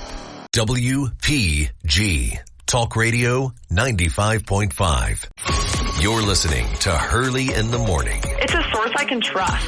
WPG Talk Radio 95.5. 31 minutes past the hour. So, yes, we're already up against the next break. But we had Curtis for a limited amount of time. We wanted to maximize it, and the interchange between Chairman Purdy and Curtis was well worth pinching this segment. So we'll do 5 minutes, then we'll catch up, then we'll have plenty of time after that. And still one more break that we'll have to get in as well. Chairman Purdy, anything more on the Senate situation? And I would love you to comment because you were there for hours and hours and hours and hours about the incredible rally in Wildwood that obviously President Joe Biden, I almost can't use that word before his name, he could never, ever draw a crowd, probably not a crowd 1/10 the size of that. Well, Harry, when we had the rally, when the president had it in Wildwood originally, was unbelievable. It was remarkable. I thought it was probably one-in-a-lifetime event because of that many people. Forget what party it was or anything like that, if it's Republican or Democrat, but just, you hear some of the people that are, 70, 80 years old talk about, when they were little, the Democrat National Convention when it was in Atlantic City, how impactful that was. Mm-hmm.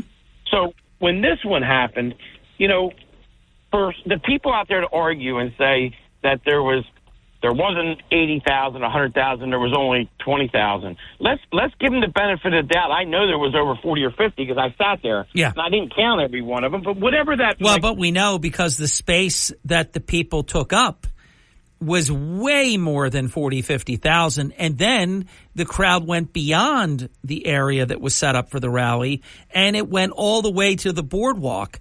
So, yes, I gave a similar mini monologue yesterday, Chairman, where I said, all right, you don't want to admit that it was 80,000 or 100,000. It was at least 50,000 and beyond. So we're just splitting hairs, and they can't deal with what happened. So they try to put it down with some distractionary type comment. And so Mother Nature gave us the best gift that they could have gave us was, the best weather we could have had. And, just to talk about the rally for a short second, there was no problems. There was no fighting. There was nobody complaining. Some of these people waited days in line. I heard not one person complaining. President Trump was a little late getting onto the podium. I heard no booing, nobody complaining, nobody screaming. It was unbelievable, the atmosphere that you see. And people say it's a cult and whatever it might be, people are proud of their country. They're proud of somebody fighting for what they believe in, even if somebody else don't believe in it. They have a value in that. And Don, they want to call it something like that because they don't have it on their side. They will hold their nose and vote for their candidate, but they don't really support their candidate. They just hate ours. That is totally correct. And again, people can watch it on Fox, so I don't have to relive it. But it was just monumental. I really enjoyed it, Harry. I know you did as well with your family. Me and my wife, we were there from 10 o'clock in the morning. I did a few radio shows from there. It was great. It was really a great day, and I really appreciate the president. Can you say great day? New day. How about a new day? Do me a favor, Chairman. Please hold. Let's get that break in right now, and then the time will be yours when we come back. Don't miss what's going to happen next, because I do think that it will be Chairman Purdy a bit unplugged on an issue that he is extremely passionate about. The sanctity of one person, one vote, the sanctity of our election process, cannot be overstated. Chairman Purdy has identified more than 2,700 ballots that should not have been touched before May 30th. That were touched well before that. If they were touched today, it's still 2 weeks plus 1 day too soon. But they were touched previous to this. He'll explain what it means. You might hear terms like zip and strip and all kinds of stuff coming up next with Atlantic County Republican Party Chairman Don Purdy on the Hurley in the Morning program. This is the Town Square, New Jersey Info and Weather Network. Hey, thank you. It's 35 minutes past the hour with Don Purdy. I am Hurley in the morning. I have 3 stories that you can follow right now on our WPG Talk Radio 95.5 app. Marty and LaQuetta Small, well, today's the day. First criminal court appearance. I predict they will waive the first appearance. And I won't criticize that. Same Atlantic City police officer arrested the same car thief in 8 hours on the same day. And Atlantic County Republican Party Chairman Don Purdy wants a job. From the Town Square, New Jersey Info and Weather Network, I'm Chief Meteorologist Dan Zarrow. Unfortunately, today is not shaping up to be a nice weather day. Umbrellas up again, South Jersey. Periods of rain, which could be heavy at times. It'll be cloudy and cool. Temperature this afternoon, 59. Steady rain transitions to spotty showers tonight. It'll get windy for a time, low 58. Tomorrow, lingering showers. Still lots of clouds, still breezy and cool. High of only 62. Get weather 24/7 wherever you are. Download our free mobile app today. This is an important safety. Starting your day the right way with Hurley in the morning on South Jersey's talk station, WPG Talk Radio 95.5. Starting your day the right way with Hurley in the morning. It's a refreshing drive to work in the morning. WPG Talk Radio 95.5. It is 20 minutes before the top of the hour. Let's make it count. We have a lot of ground to cover. Atlantic County Republican Party Chairman Don Purdy is our guest, and he has called for, actually demanded, a criminal investigation as to why a Democrat-appointed Board of Elections clerk instructed employees to illegally open ballots. This is more than 2,700 ballots, according to Chairman Purdy. Chairman, why did this happen? I believe that, I know what it was. It was one of the senior employees told the other employees to what they call strip. So when you strip a ballot, you run it through a machine. It actually opens the first envelope up and it time stamps it. There's also another envelope inside of that. He instructed them to do it twice. And when they do it twice, Harry, there's nothing left of it, and the ballot falls out. Well, so now that is the equivalent of opening ballots. 100%. This employee has been there for over 20 years, Harry. He knows exactly what he's doing. And their excuse was it would give them shorter time to be able to read it on election day. Well, first of all, it's illegal. It's illegal as hell. You went to NJSA 1963-22 that ballots are not to be opened until 5 days before the election, which would be May 30th, 2024. I mean, this is way before that, Chairman. Well, Harry, I went to the board meeting last night. My county first mate, I call her Terry Lucarelli because she controls everything we do, and she's a great woman. She's fantastic. She used to work at the Board of Elections, so what a better person to take to the meeting than Terry Lucarelli. And Terry's like, this is absolutely unhinged. So I went there. I sat through the whole meeting because I was hoping that they were going to bring it up and say, listen, we had this problem, yada, yada, yada. This is how we're dealing with it. They said nothing about it. I questioned them. I asked them about the state statute. They confirmed that there was a problem. I said, can we agree that right now the ballots are open? Yes. Well, we got them in a safe. But they're open. You already opened them. When they were doing it, ballots were falling out onto the floor. So my point being was they should be contacting them 2,700 people and saying, I'm sorry, Mr. and Mrs. Jones, we had a mishap at the Board of Elections. Please, here's a new ballot. Can you please replace it and send it back to our office? Right, because the sanctity of their vote has been tampered with. Yes, and you got the chairman, the Democrat chairman. Now, I can't say that Michael Suleiman knows this happened or didn't know it happened. I do not know that. Well, he knew it last night when I wrote that article. I promise you that. Well, what I do know is that he has made multiple statements about crying and whining about the timing on his own absentee ballot getting to his house. He whines and cries about it all the time. It should have been here 48 hours earlier. It should have been here So at the end, and by the way, he's complaining about it while his candidate Andy Kim slowed the whole thing down with what he did with his legal challenge. Nothing about it, right, Harry? Yeah. You hear nothing about it. Yeah. You hear him say nothing about it. But my point being is, where it comes down that I have this serious issue, is he's whining about getting his absentee ballot. Which, listen, this system has been overrun for years. There's no reason why he can't vote the regular way. He just chose not to. It's just the whole system is broken. But anyway, 2,700 people, their ballots have been compromised. Yeah. The ballots are compromised. I hear nobody yelling and screaming. And I said to the Board of Elections last night, Harry, and I'm going to tell you what I said. I'm standing here as the Republican chairman of the Atlantic County Republican Organization, and I have a serious problem. This is illegal what you did here. It goes against the state statute, and I'm not just here as a Republican. You know what? I'm here for the Democrats also. I'm here representing the Democrats, that their ballots are open. Because if it was done on purpose, Harry, which I can't tell you it was and it wasn't, so I'm not going to go there. But if it was, the Democrats have something to gain right now. They're the ones with all these problems in their primary systems that they're fighting.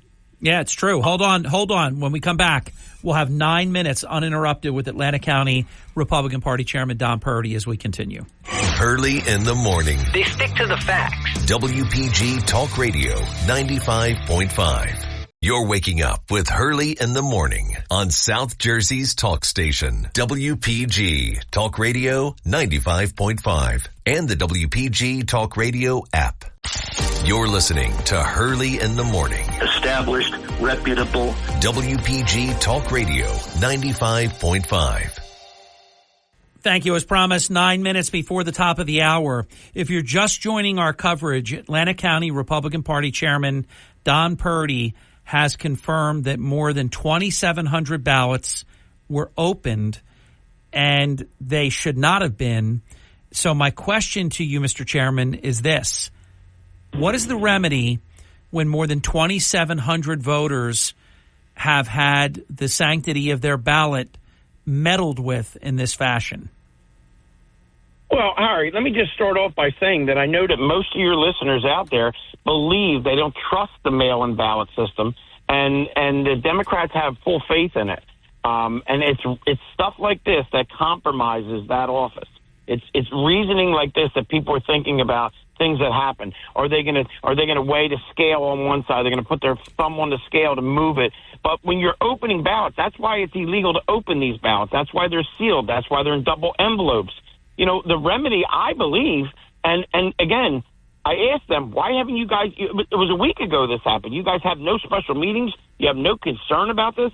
They should have notified them 2,700 people immediately. I mean, if you look at the ridiculous stuff that this jackass chairman does on the other side with torturing these offices and Oprah requests for this stupid petty BS that he does. How about all the kind stuff from him and his fellow lieutenants to Joe Girallo, who couldn't be more elegant, more hardworking, more fair, and they work him over, and try to ignore the fact that Andy Kim delayed everybody from being able to do their job because he challenged the ballot process. And this is how unscrupulous they are. You're pointing out something that actually happened. 100% happened, and I thank you to the employees that actually said, this is not right. These are employees over there saying, this is not right. I've gotten ballots that have fallen on the floor that are out of the envelope. They're tri-folded out of the envelope, and we have to stuff them back in and put them in there. Now, I was thinking originally that they were going to say that there was, a handful of them, 5, 10 of them. Still, that's 5 or 10 votes that has been compromised. But then when I find out there's thousands of them, I'm like, I can't let this go, Harry. No. It's just like, it's the most ridiculous thing I've ever seen.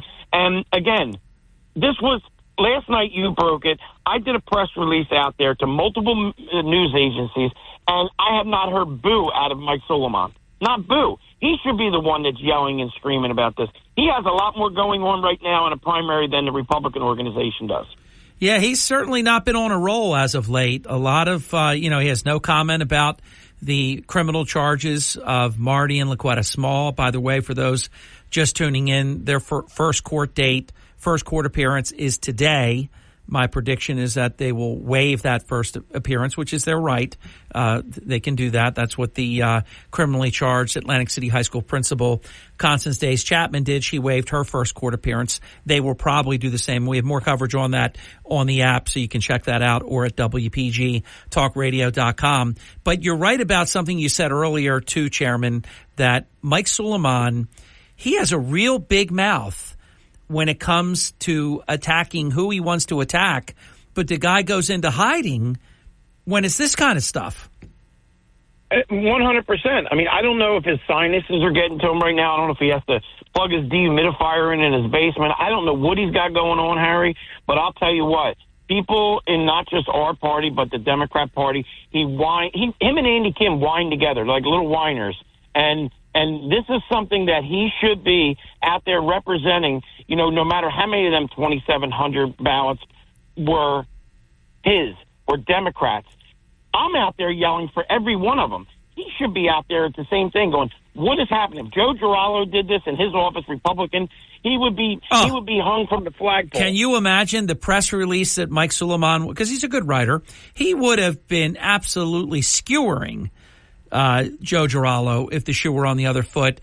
What do you think is going to happen? You have demanded that there be a criminal investigation. Will there be?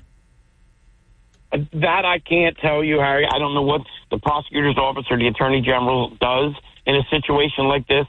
But, you've looked at in the past, excuse me, and not that far back, where you've seen individuals tampering with ballots. Some of them might be going to jail. It's a federal offense when you're screwing with ballots. This is happening inside of the Board of Elections. This is why people don't trust the elections. I push to people. Early voting is safe. Vote by mail is safe. Please get out and do it. I need you to vote. And then shenanigans like this is going on. And guess what? You have 4 commissioners, 2 Republicans and 2 Democrats. That should have been called for an emergency meeting and saying, what are we going to do about this? They should have brought the lawyers in. I had them confirm to me last night at that meeting, yes, they are open. Yes, they were open. Did you do anything about it? And they looked at each other. I said, did you guys hold a special meeting? They looked at each other. This is somebody's vote. This is their job. This is what they're paid to do. They talked about cyber security. We got to have cyber security come in on our computers. They talked about the security of the building, Harry. They talked about bringing Homeland Security in. I said, you guys talked about every security agent in this meeting except for the one that's internal in your own office. Great point. Fair point. And really, all those folks that have had their ballots and their vote compromised, I mean, that's just all that does is what you mentioned earlier. That inspires less confidence in a system that already people are suspect about. And if we didn't do it now, Harry, what would have held for more ballots to be done? And they would have done it in the general. If they did it in the primary, they would have done it in the general. Then you'd had a serious problem on your hands, Harry. Then you would have had a cross-contamination between Republican and Democrat ballots. You would have had a serious problem on your hands. And it doesn't seem like that they believe, and I also brought up at that meeting, Harry, I brought it up. I said, the buck stops tonight. This is it. There's a hostile work environment. These employees are getting tortured by other employees over there. This is not going to happen. Ventnor had a problem over there where one of the Democrat employees actually yelling and screaming at a poll worker over there. Nothing gets done, Harry. There's no supervision. And, the county executive has said it. Everybody has said it. By the way, they're yelling and screaming in an election that was no contest. The incumbents were running unopposed. That is sad, actually. What would you say? I mean, the people that voted in this manner, they know who they are. If you're one of these 2,700 people, I mean, what would you say to them? We have a minute left in our interview, Chairman. What would you say to those who are impacted by this? I think the people that mailed in their ballots early should be on the phone to the Board of Elections and say, was I one of them 2,700 votes? Now, I say 27, Harry. It might be 1,500. It might be 2,000, but I was told it was 27.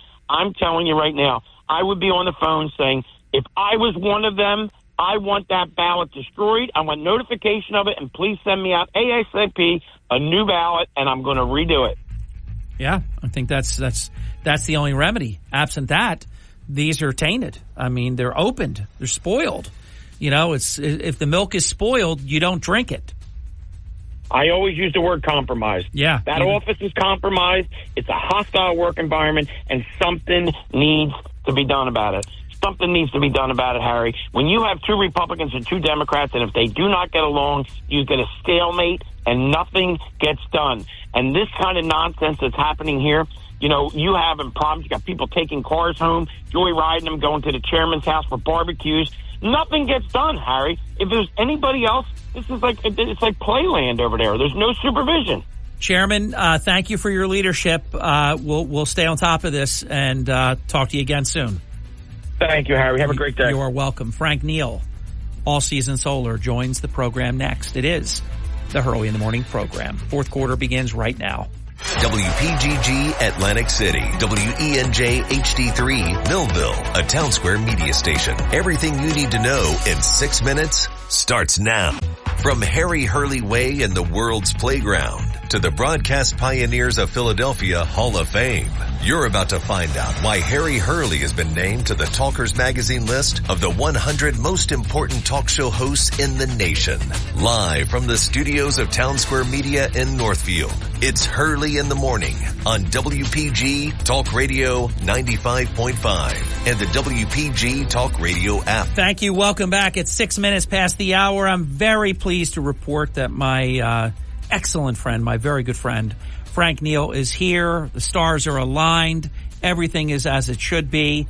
All Season Solar radio program starring Frank Neal begins right here, right now. It's our regular monthly program. All Season Solar presents and sponsors this monthly program, and we have the privilege to speak about Frank and All Season Solar all during the month in between our monthly focus here in the long-form interview. All Season Solar is the official and exclusive solar energy provider for the Hurley in the Morning program.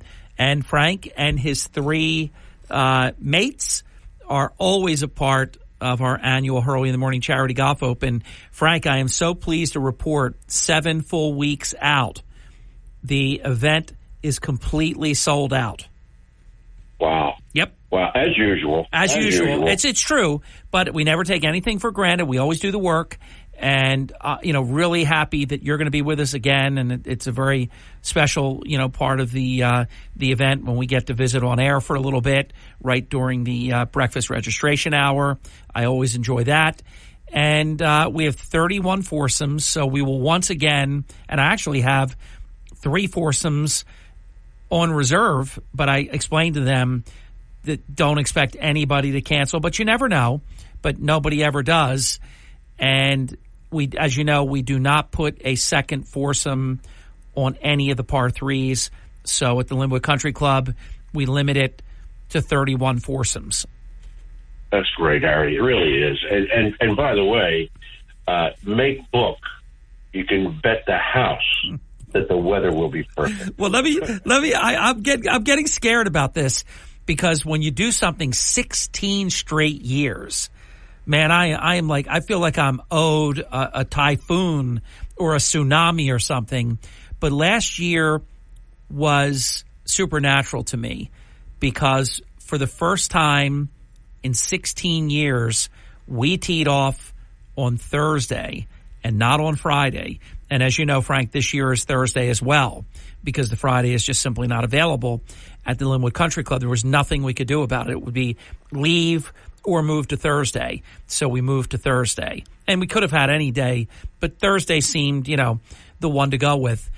So we go to Thursday, and as you remember, it was picture perfect.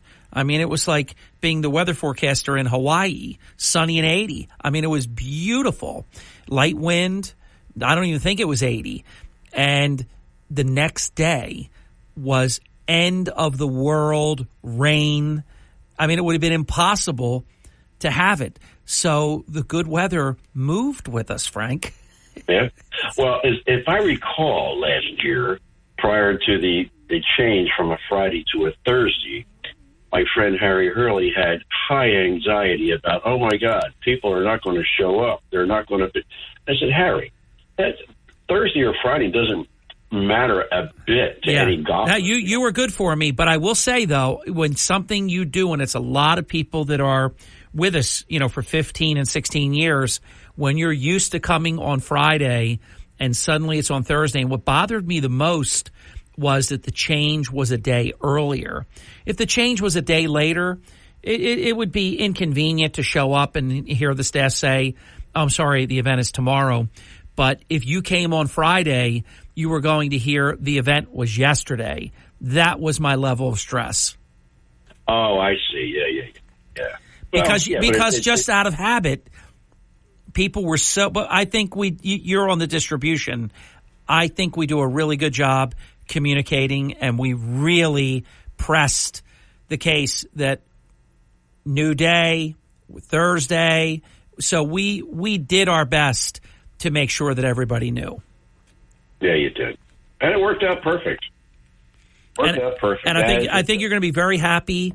I'm getting a little bit concerned because we're so far ahead of schedule. I actually have all of the merch, the bags, T-shirts, the golf towels, the tee packs, divot marker, all that, ball markers, the whole thing, divot fork. Everything is done. I mean, we could literally do this tournament today. Not we wouldn't in this rain, but we're ready. So we are really looking forward to it. And Frank, I'm so happy that you'll be with us. Yep, absolutely. We look forward to it every year because it's. I remember, I don't know, maybe 4 or 5 years ago, there was a rainstorm forecast coming right over the golf course, and that rainstorm split in two a couple miles from the golf course and went around us. You remember that? Oh, I mean, I never saw anything like that ever happen. The storm was 100%. It was going to be a hit, and it split into two. One storm became two storms, and it split around us, and our event got in without a drop of rain. So, yeah, we believe it's not to sound arrogant or anything. We just believe the event is blessed because we're doing good work. We're helping a lot of not-for-profit organizations. A lot of great people come out every year, typically in the neighborhood of about 140-ish golfers, and it just has been amazing. I do want to tell our listeners that you're listening to Frank Neal and that All Season Solar is the official and exclusive solar energy provider for the Early in the Morning program. To schedule an appointment to find out all about solar energy and if it's right in your particular situation, simple to do. Call the scheduling team at All Season Solar at 888-832-5050. I'll repeat. And remember, I am your human Rolodex, so get a hold of me at any time, and I'll make the connection. 888-832-5050, and just ask to make an appointment to meet with Frank Neal. And please mention that you heard about it with Frank, with me here on the Early in the Morning program. Frank, how are we doing? How is the world of solar energy? It hasn't let up at all, Harry. It really is amazing because 12 years ago, it was a little bit because people say, I don't know that technology works. And what they didn't know is that it's been around since right after World War II. But it didn't become popular in New Jersey until, I would say, right around 2000. I don't know the exact year, 2008, perhaps 2009, when leasing became available. Because prior to that, you had to buy it. Yes, purchase it. The leasing brought a whole new world of people into it because if you weren't in a position to make, a substantial 5-figure purchase, you certainly are in the position to make a very nominal monthly payment on a lease that when Frank sits down with you and reviews the cost of the energy that you use, he can show you, well, this is what your lease payment will be for the next 20 years, 25 years, whatever. And that this is what you can expect. And then, of course, as time goes on, and Frank will get into this, I always tease, if you like it in year 1, you're really going to like it in year 5, 10, 15, 20, because obviously the cost of energy is always going to go up. I used to say a lot about solar energy in New Jersey, and I learned this from you, Frank, that we were second in the nation, only behind California, in terms of solar energy. Is New Jersey still second? You know what, Harry? I haven't checked that out. I would imagine it would be because it just keeps growing. Yeah, and we're so densely populated, and you're right about that. So I think what happens is, and I know what it took me, people just are ready at a time and place of their choosing. Yeah. Oh, I all the time. Like 3 weeks ago, I live in a development where there's 450 homes, and I have, as you can well imagine, a number of customers. And I play golf with a lot of these guys, and every time they walk past me, every time I'm with them, they say, "Frank, I am so happy I listened to you." Yeah. And I never pushed it. I never ever pushed it with these guys. They know, I have a company car. Everybody here knows I'm in the business, and I never ever ever approach anybody. Hey, let me put something, let me put something together for you, because they're neighbors. You don't want to get into that. But what's happening now is becoming like a wave, because a guy stopped me 2 weeks ago, I guess, in the driveway, and he said, "Hey, Frank, my neighbor has solar," and he talks, in glowing terms about the company, and is the result of his solar. And he said, "Do me a favor. Here's my address. Put something together." It's just that open now. Do you find, Frank? I think you just said it, but I want to delve into it, and we'll come back to it right after the break. Do you think what happens is somebody sees their neighbor, and it's like, "Hey, what am I missing? Well, why aren't I doing this? Look at that. That should be me." So it's one thing, abstract, and the idea of it. But when you drive down your own neighborhood, you drive down the street, and you see, hey, this neighbor has it, this one has it, but I don't have it. I've always said Frank Neal's best business card is a satisfied all-season solar client. We'll address that when we come back. And a reminder, this is for all of your solar energy needs, because Frank, he may talk to you today, and you might be ready a couple of years from now. Frank has done that kind of thing where an appointment today might not involve the person having solar until such time as all of a sudden, I know I was that person when I finally said, "What am I doing? This is crazy. What do I have this electric bill like this for?" When it doesn't have to be that way. 888-832-5050. And I can utter the phrase that Frank shared about 5 or 10 minutes ago. I thank Frank because it is one of the best decisions that we ever made. We fixed our electrical energy costs for decades into the future. How many aspects in life would you have loved to have fixed your cost of an average regular unleaded gallon of gasoline 3.5 years ago was between $2.10 and $2.20 a gallon. Would you like to have locked in? Now, we don't know if all of a sudden, because now we can drill sideways and do, the fracking and shale and all this stuff. So you never know that if all of a sudden there was just such a gluttony of oil. But wouldn't that be tempting if you could have locked in at $2 a gallon? I paid $4.35.9 about 4 days ago. I would have, you give me a chance, I'd have locked in at $2 a gallon. Back with Frank right after this. Hurley in the morning. Harry Hurley is the only person that can make sense of what's happening in Atlantic City. On WPG Talk Radio 95.5. Listen at home or in the office on your smart speaker. Just say, play WPG. Hurley in the morning. Not only the news, but perspective too. WPG Talk Radio 95.5. Thank you. 23 minutes past the hour. Frank, I teed it up. You have that, that very beautiful honors bag. You pull out the big Bertha or whatever you drive with, and you take it from here. And what I'd like you to tell your listeners about is what solar energy can do today and what it means going into the future. Absolutely, and I just wanted to dovetail on the conversation we had right before the break. When you used the analogy of fixing a gas price, the actual. Let's turn the calendar back 3 years when gasoline was $2.20, right? Mm-hmm. The analogy really is, I could come in and say, here, I'm going to lock you in at $1.10. I'm going to cut your expense in half. Yeah, right. I was happy just keeping the rate without inflation and the upcharge. You're talking about halving it. Absolutely. Halving it and then locking it in. That's the analogy.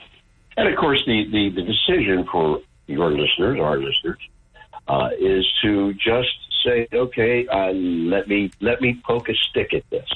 Let me look into it. Let's see if this makes sense for me. And then, and I say this to people all the time, they look at me like I have three heads. They say, all right, I'm going to leave all this paperwork with you. I'm leaving it with you so you can sit. And they look at me because if they talk to other companies, the other companies will say, hey, look, you need to sign today. You need to sign this right now, because I don't know if I can guarantee this package going forward. No. We don't play that game. Here's the deal. Here's what it's going to look like on your house. Here's what the monthly lease payment is going to be. If it's a lease, obviously, if it's a purchase, it's a whole other conversation. But and here is the savings you're going to experience. And it's usually well into 5 digits, 20, 30, 40,000, sometimes $50,000 in savings over the term of the lease. So, and I say, look, you think it over. And many times people say, no, we're not going to think it over. Give me the paperwork now, But my point in that is that it is not, you're not getting a hard sell guy coming in to sit in your kitchen and pressure you to make a decision at that moment. That's not the way we operate. That's what I love, Frank. For those listening that are curious, because they hear and I talk about it in the messages that I share, during the broadcast week in between our monthly long form interview, Frank, when they hear lease options are available, purchase option available, what percentage would you say do the lease option versus purchase option? Truthfully, it's hard to say because my customers, a lot of them are, the great majority of my customers are referrals. Yes. One customer will say something flattering to another potential. All right, so let me approach it this way. We won't be scientific. I didn't expect you to have like an exact number or anything, but my impression is the vast majority lease their system. Yes, that is absolutely correct. And it varies in my world. It varies from sometimes 70% leasing to 90%. Yeah. It depends on a lot of things, whether the homeowner can use the government incentives. And without boring our listeners to death, there's some serious government incentives for purchasing the system. And if you can't use those in the form of income tax credit, then it's not really worth purchasing, in my opinion. Yeah, I agree with that. And at the end of the day, if you keep it for the whole life cycle, you're going to have it anyhow. Exactly. So I leave both options with every customer, unless someone says, "Hey, look, I don't want to buy it. I just want to lease it." Okay, I'll come in with a lease package. But typically, I offer both. I offer a lease package and I offer a purchase package, and both are really incredibly attractive. But it's up to the homeowner as to what fits into their lifestyle or their needs at that time. So, Frank, do a hypothetical model of what a typical, I won't even say typical, an example of what a electric bill could be now and then what the future could hold if you go solar. Good question. Had that conversation the other day with a potential customer, a friend, a guy I know in the neighborhood. And, we have some, they're not small homes here. They're not 1,200 square foot homes. They have some substance to them. Well, when we first moved in the summertime, our bills were not crazy, but they were in the low 300s. Yeah. For the air, because we were conservative in a way. So it was in the low 300s, and normally in the winter we have gas, so there's no excessive use of electricity in the winter. But they probably would average over the course of the 12-month period, probably in the 200 range, 180 to 200, maybe more a month. Now this is years ago. This is 6 years ago. Yes. When electricity was 18 cents per kilowatt hour, or 17 or 18 cents per kilowatt hour, it is now 23 cents per kilowatt hour. Okay, that's Atlantic City Electric and most utilities across the state. So if the elevator conversation would be, hey, look, whatever your annual, and we live in a 12-month world. Everything we do is focused around 12 months. We can't just look at a month or a season, and build a package. So, but over a 12-month period, I could, from that 23 cents, I could lower the expense. Now it's an effective rate. It's not an actual rate per kilowatt hour because it's an equipment lease. But the effective rate would be somewhere in the 11 to 13 cents area, and locked in for the next 25 years. So you can see the electric companies' rates are going to increase year after year after year. They've never had a decrease. And of course, with what's going on with fossil fuels, and that's a conversation you and I will have in private, but what's going on with fossil fuels, it's just going to get worse. I mean, think about it.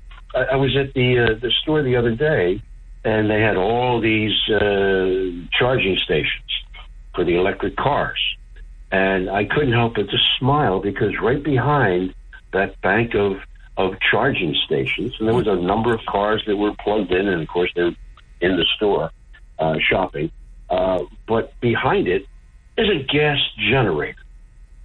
And so, it's fossil fuels generating the gasoline, generating the charging stations. I know it's almost cartoonish, isn't it? It really is. And of course, it's fossil fuels that generate it, even if you don't have solar. Right. Fossil fuels are generating the electricity that's coming through the utility now. So what are we really accomplishing? Well, what happens is if you have solar, whether it's a purchase or a lease, the savings can be really, really significant. Really significant. I tell the story all the time. There was a woman who lived in a very small home in South Jersey. I put it in at a winter night. I'll never forget. It was like 3 degrees outside, and I was able to save her over $200 a month on her electric. Her house was all electric. I was able to save her $200 a month, and she actually stood up with tears in her eyes. It was a life-changing. She was on a fixed income. There wasn't a whole lot of wealth involved, but it did. It altered her life. That's over $2,400 a year that she was able to keep in her pocket, or otherwise, not spend on electricity and be able to spend it on something else. So, that's really, really the story. The whole anxiety of, I don't want solar panels on my roof anymore. That's really gone. People don't. I mean, I have calls from people that they'll say, every time I drive through my neighborhood, somebody else is getting solar. I see your trucks out there. Come on over. Let's talk. I want to find out about this. What's really going on? Frank, we've got to get the break in. I want to make a confession when we come back, because that was, and I'm going to use the word. I'm not going to call anybody stupid. I don't do that. But I was stupid. That was my objection that had to be overcome.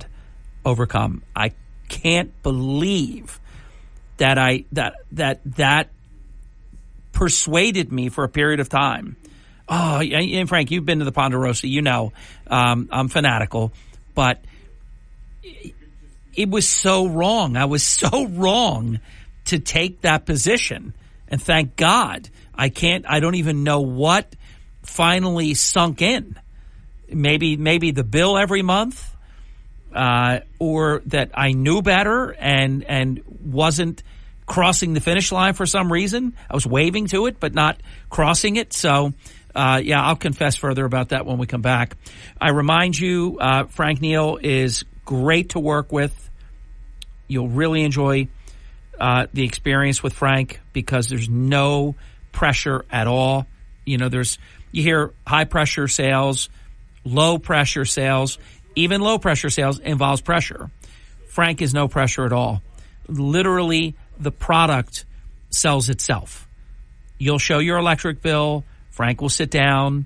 He will do this great, presentation of what this would mean in your particular situation, and the decision is self-evident.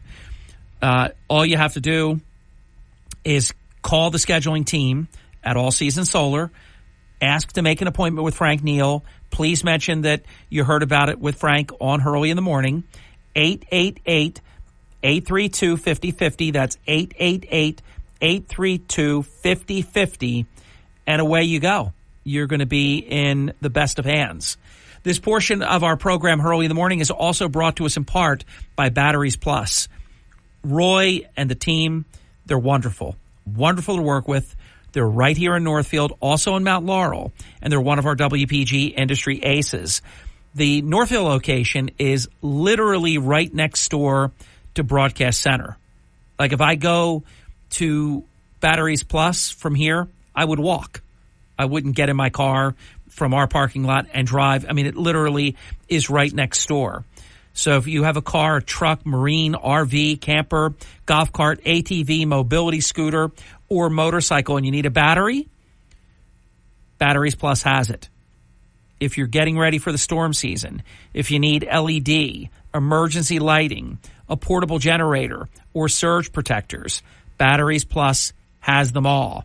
And this is a great service, and they do it while you wait. If you have a broken phone or tablet screen, they can fix it while you wait.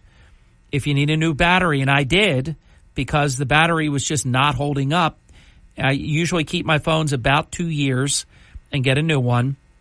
But the battery on this phone, the phone was in great shape, and I wanted to keep it. It was just not holding a charge.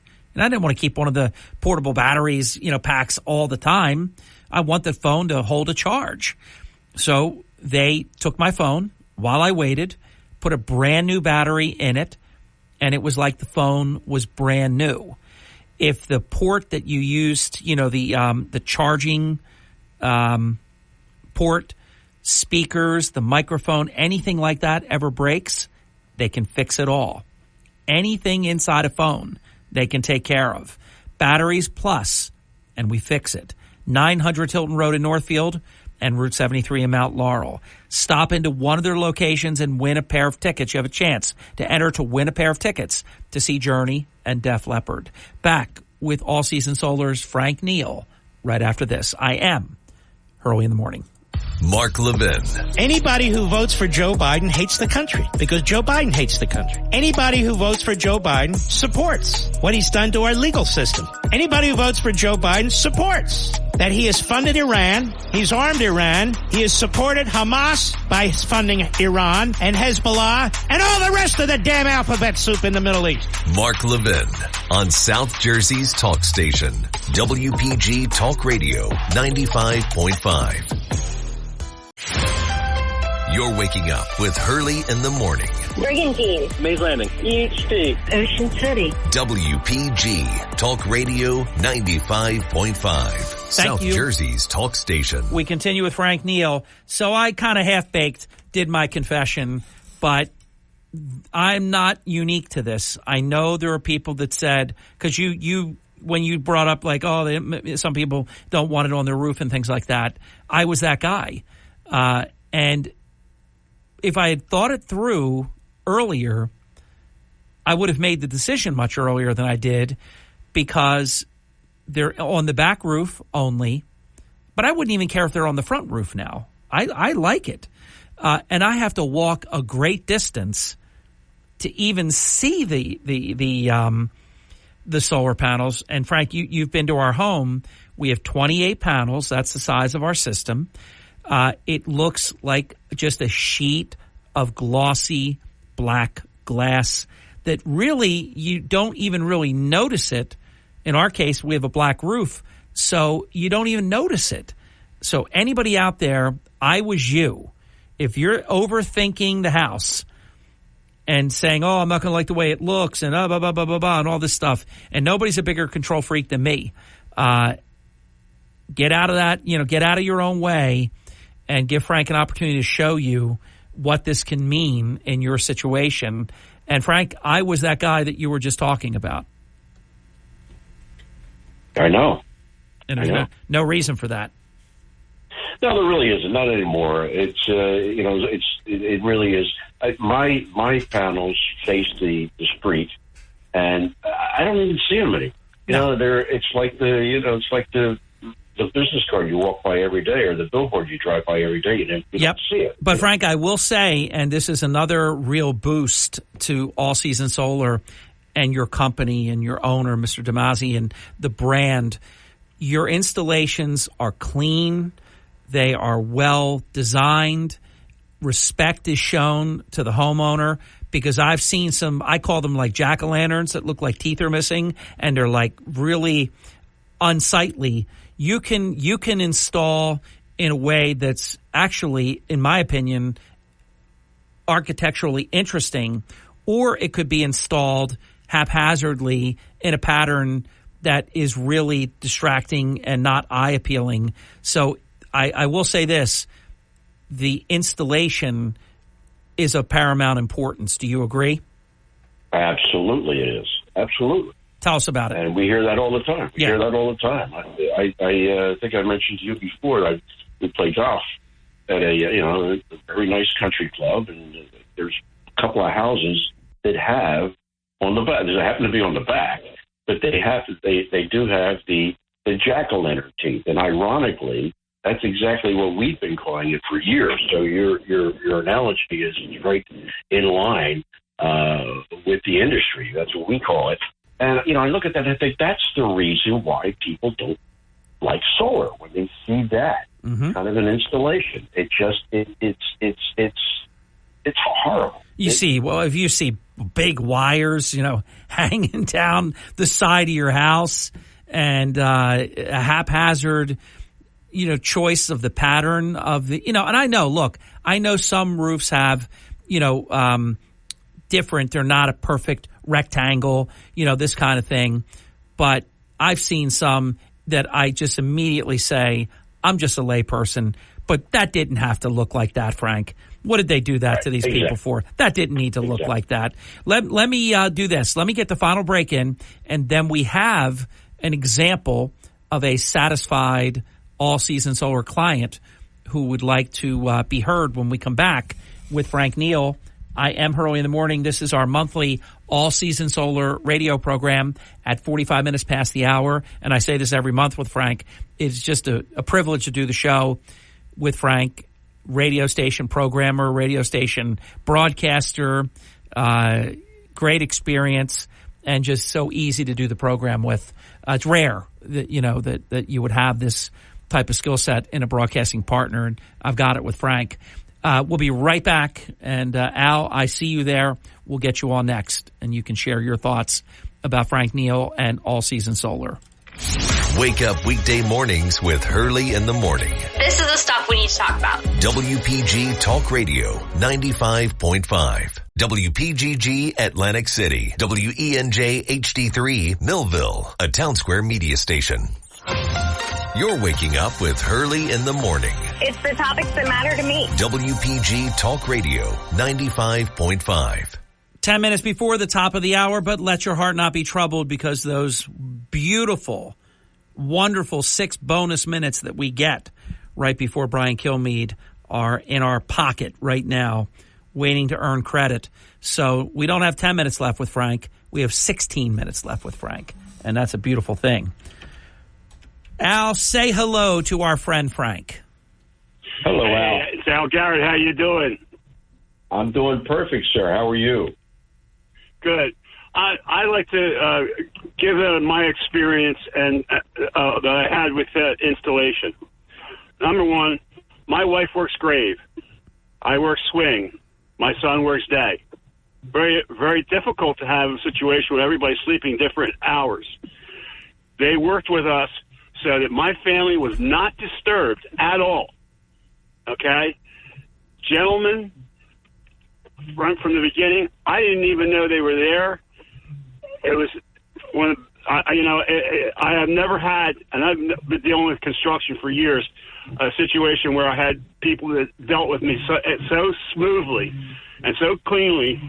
It was perfect. And as far as the product goes, I don't know what my electric bill is because I don't have one. All I have is my lease bill, and it's so much less than what I was paying before. It's ridiculous. If you're thinking about it, and you can tell them, it took me 3 years to sit there and do this because I did my due diligence before I asked you guys to do it. I checked 3 or 4 different companies, So, and I am 100% satisfied. I've had it now for like 3 years, and it's great. I recommend it to everybody and anybody. And we started working together, Al, in October of 2016. Wow. Now, correct me if I'm wrong, because I think I know this, but I want to make sure I'm not having a false memory. Al, you had an unfortunate experience. You had a substandard installation or something, correct? And then Frank helped you out, right? No, that wasn't what happened. I had a guy come out, try to sell me the thing to pay cash for it, okay? Okay. And he could not guarantee me that he could put enough things on the roof that I wouldn't have an electric bill on top of it. But if you were dealing with somebody reputable, they would be able to tell you exactly how many panels you would be able to have because they would be credible, they would be reputable like All Season Solar, and they would say this is your electric bill, so you're allowed to have a system this size, whatever that would be. In my case, 28 panels, and that was because of how much I used, and that Frank, there's no mystery behind that. You get the system that you've shown that you need. And yes, and you know what else? They showed me a picture of it. They showed me a picture of how the panels were going to be on my roof and everything way before it came there. Yeah, I mean, you can't ask for a better company to deal with. Thank you, Al. I honestly, and he's a gentleman and he's honest. What else can you ask for? That's what you want. Thank you, Al. Have a great day. It's a beautiful call. Frank, you were about to say, I heard you. You were about to say. Well, what I was going to say was, to Al's point, and to the point of we're talking about with the jack-o'-lantern teeth. Yes. We show the installation going into the home, but most importantly, once the customer says let's go forward, we send a crew out there. They do all the scientific work, if you will, and get all the data, and then the appointment team will call the homeowner and say, Frank has the final paperwork. And I go back out and sit down and I show them a picture, a photograph of the side of their home with our equipment superimposed on the home, including the installation of the panels. And I'm talking about the equipment that goes on the side of the house as well. So the homeowner has complete control of the entire process. And that panel on the side of the home, Frank, you typically put that, I don't want to nail you down here, but I know where mine is. That typically just goes right next door to the regular, if it's someone that's within the Atlantic City Electric territory map, it goes right next to your regular electric meter. That's correct. It has to. It's got to be. Right, because you got, and then it'll have the, voltaic stuff and all that signage. So the point is, no surprises, Frank. Your customers know exactly what their system is going to look like. And they approve it. They see the final installation. And that's where I'm convinced, and you and I have talked, there's a couple of examples. I won't get into all of them now, but there's a couple of examples that people had no idea what it was really going to look like And when it was installed, they were very upset. Oh, that's terrible. Really upset. There's no reason for that. With the technology of today, and you can show them a virtual, exact look of what it's going to be like. And I don't know if what I'm about to say is true, Frank. You can respond to it, but I'm sure there have been times where people said, hey, Frank, is there any way that it could look like this? I'm sure you've had a thing where you've gone back and forth. Yeah. Oh, absolutely. Yeah. Yes. Very rarely, but yeah, they'll say, well, maybe if we do this or move it over here, yeah, we can do that. It doesn't matter. Right, and the reason you rarely have it happen is because you know what you're doing, and you know what looks good, and you know what makes sense, and so you lay it out in a way that is as appealing as you can make it. Yeah, well, our design team they're amazing. They really are.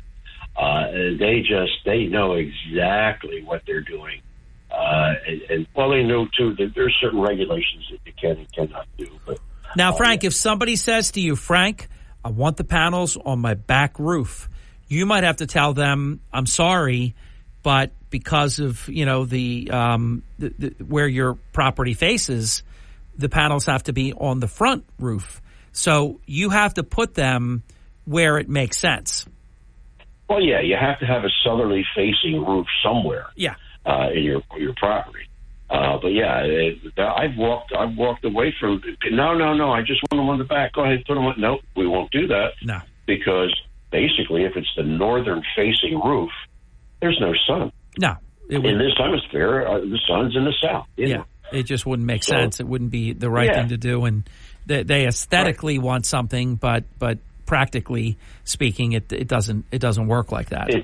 Yeah, it just doesn't make sense. And we've walked away. And of course, with friends, you understand the system.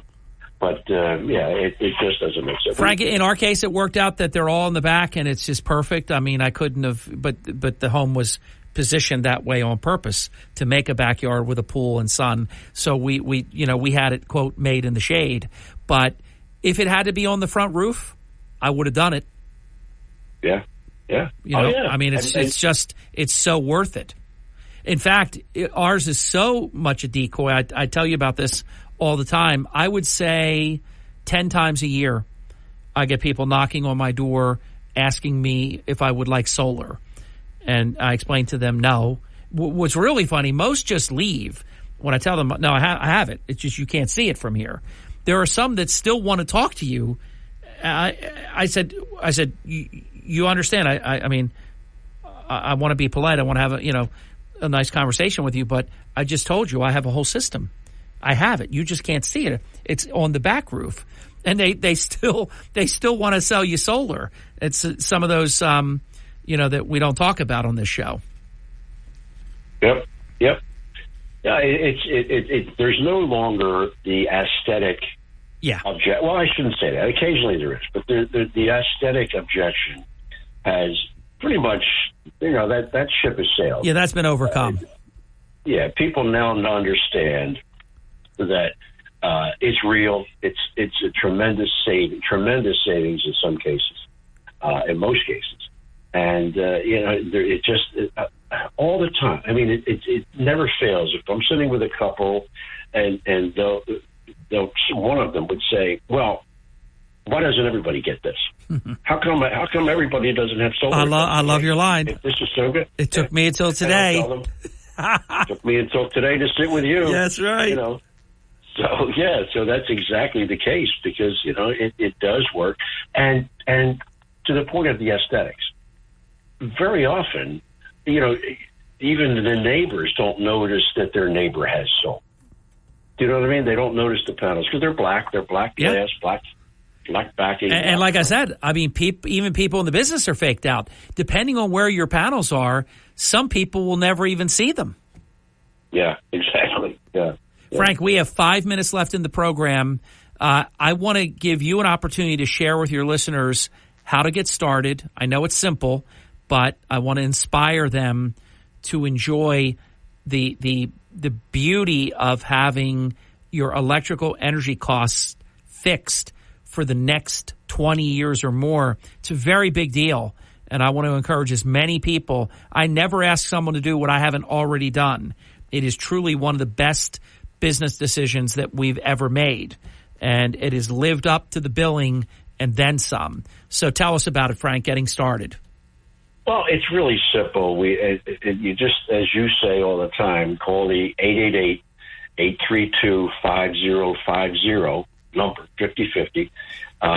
Tell the person that answers the phone that you'd like to set up a meeting with Frank Neal, and they'll put you through, set it up. They'll make it whatever fits into the homeowner's schedule and mine, and come out and lay everything out. I explain how the system works, how it works.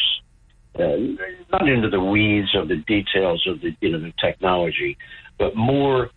People just think and I've walked into homes, Harry, and people. Well, one guy in particular, he said, "Oh, I know all about solar. You're going to come. You're going to put panels on my roof, and the electric company is going to buy my electricity."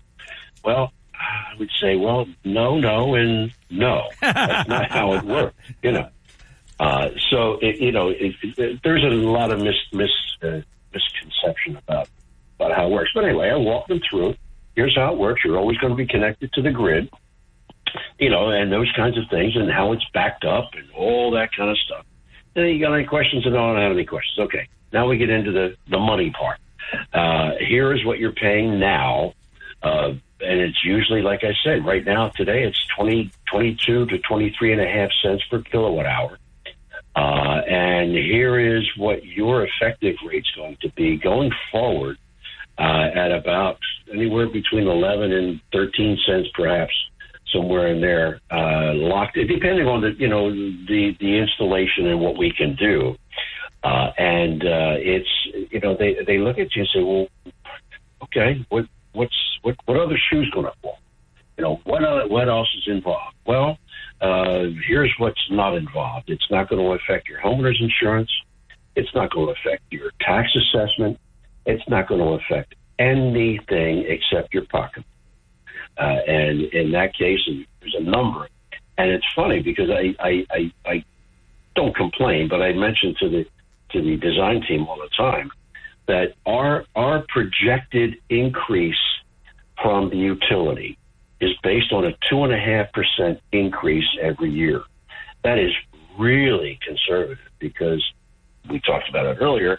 The truth is, because of the cost of fossil fuels, the cost of electricity is going up exponentially.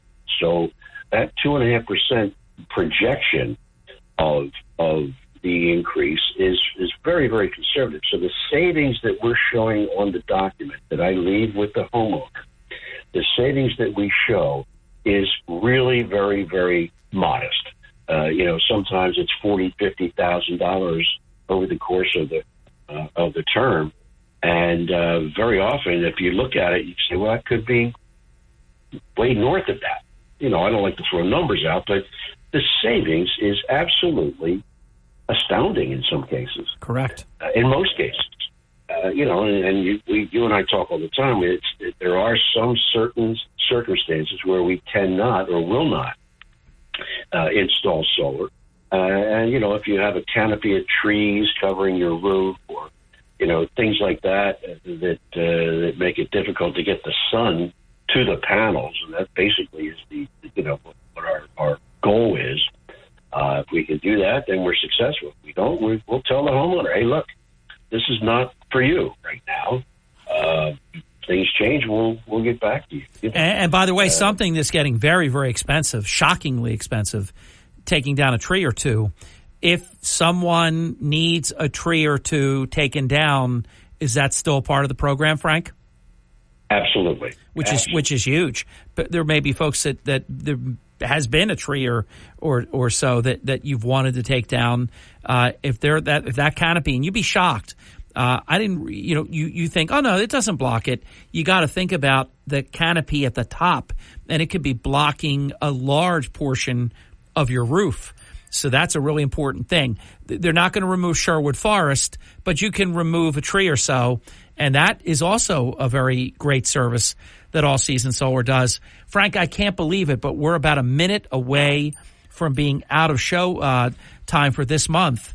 888 flies, 888-832-5050. Frank, as always, thank you so much.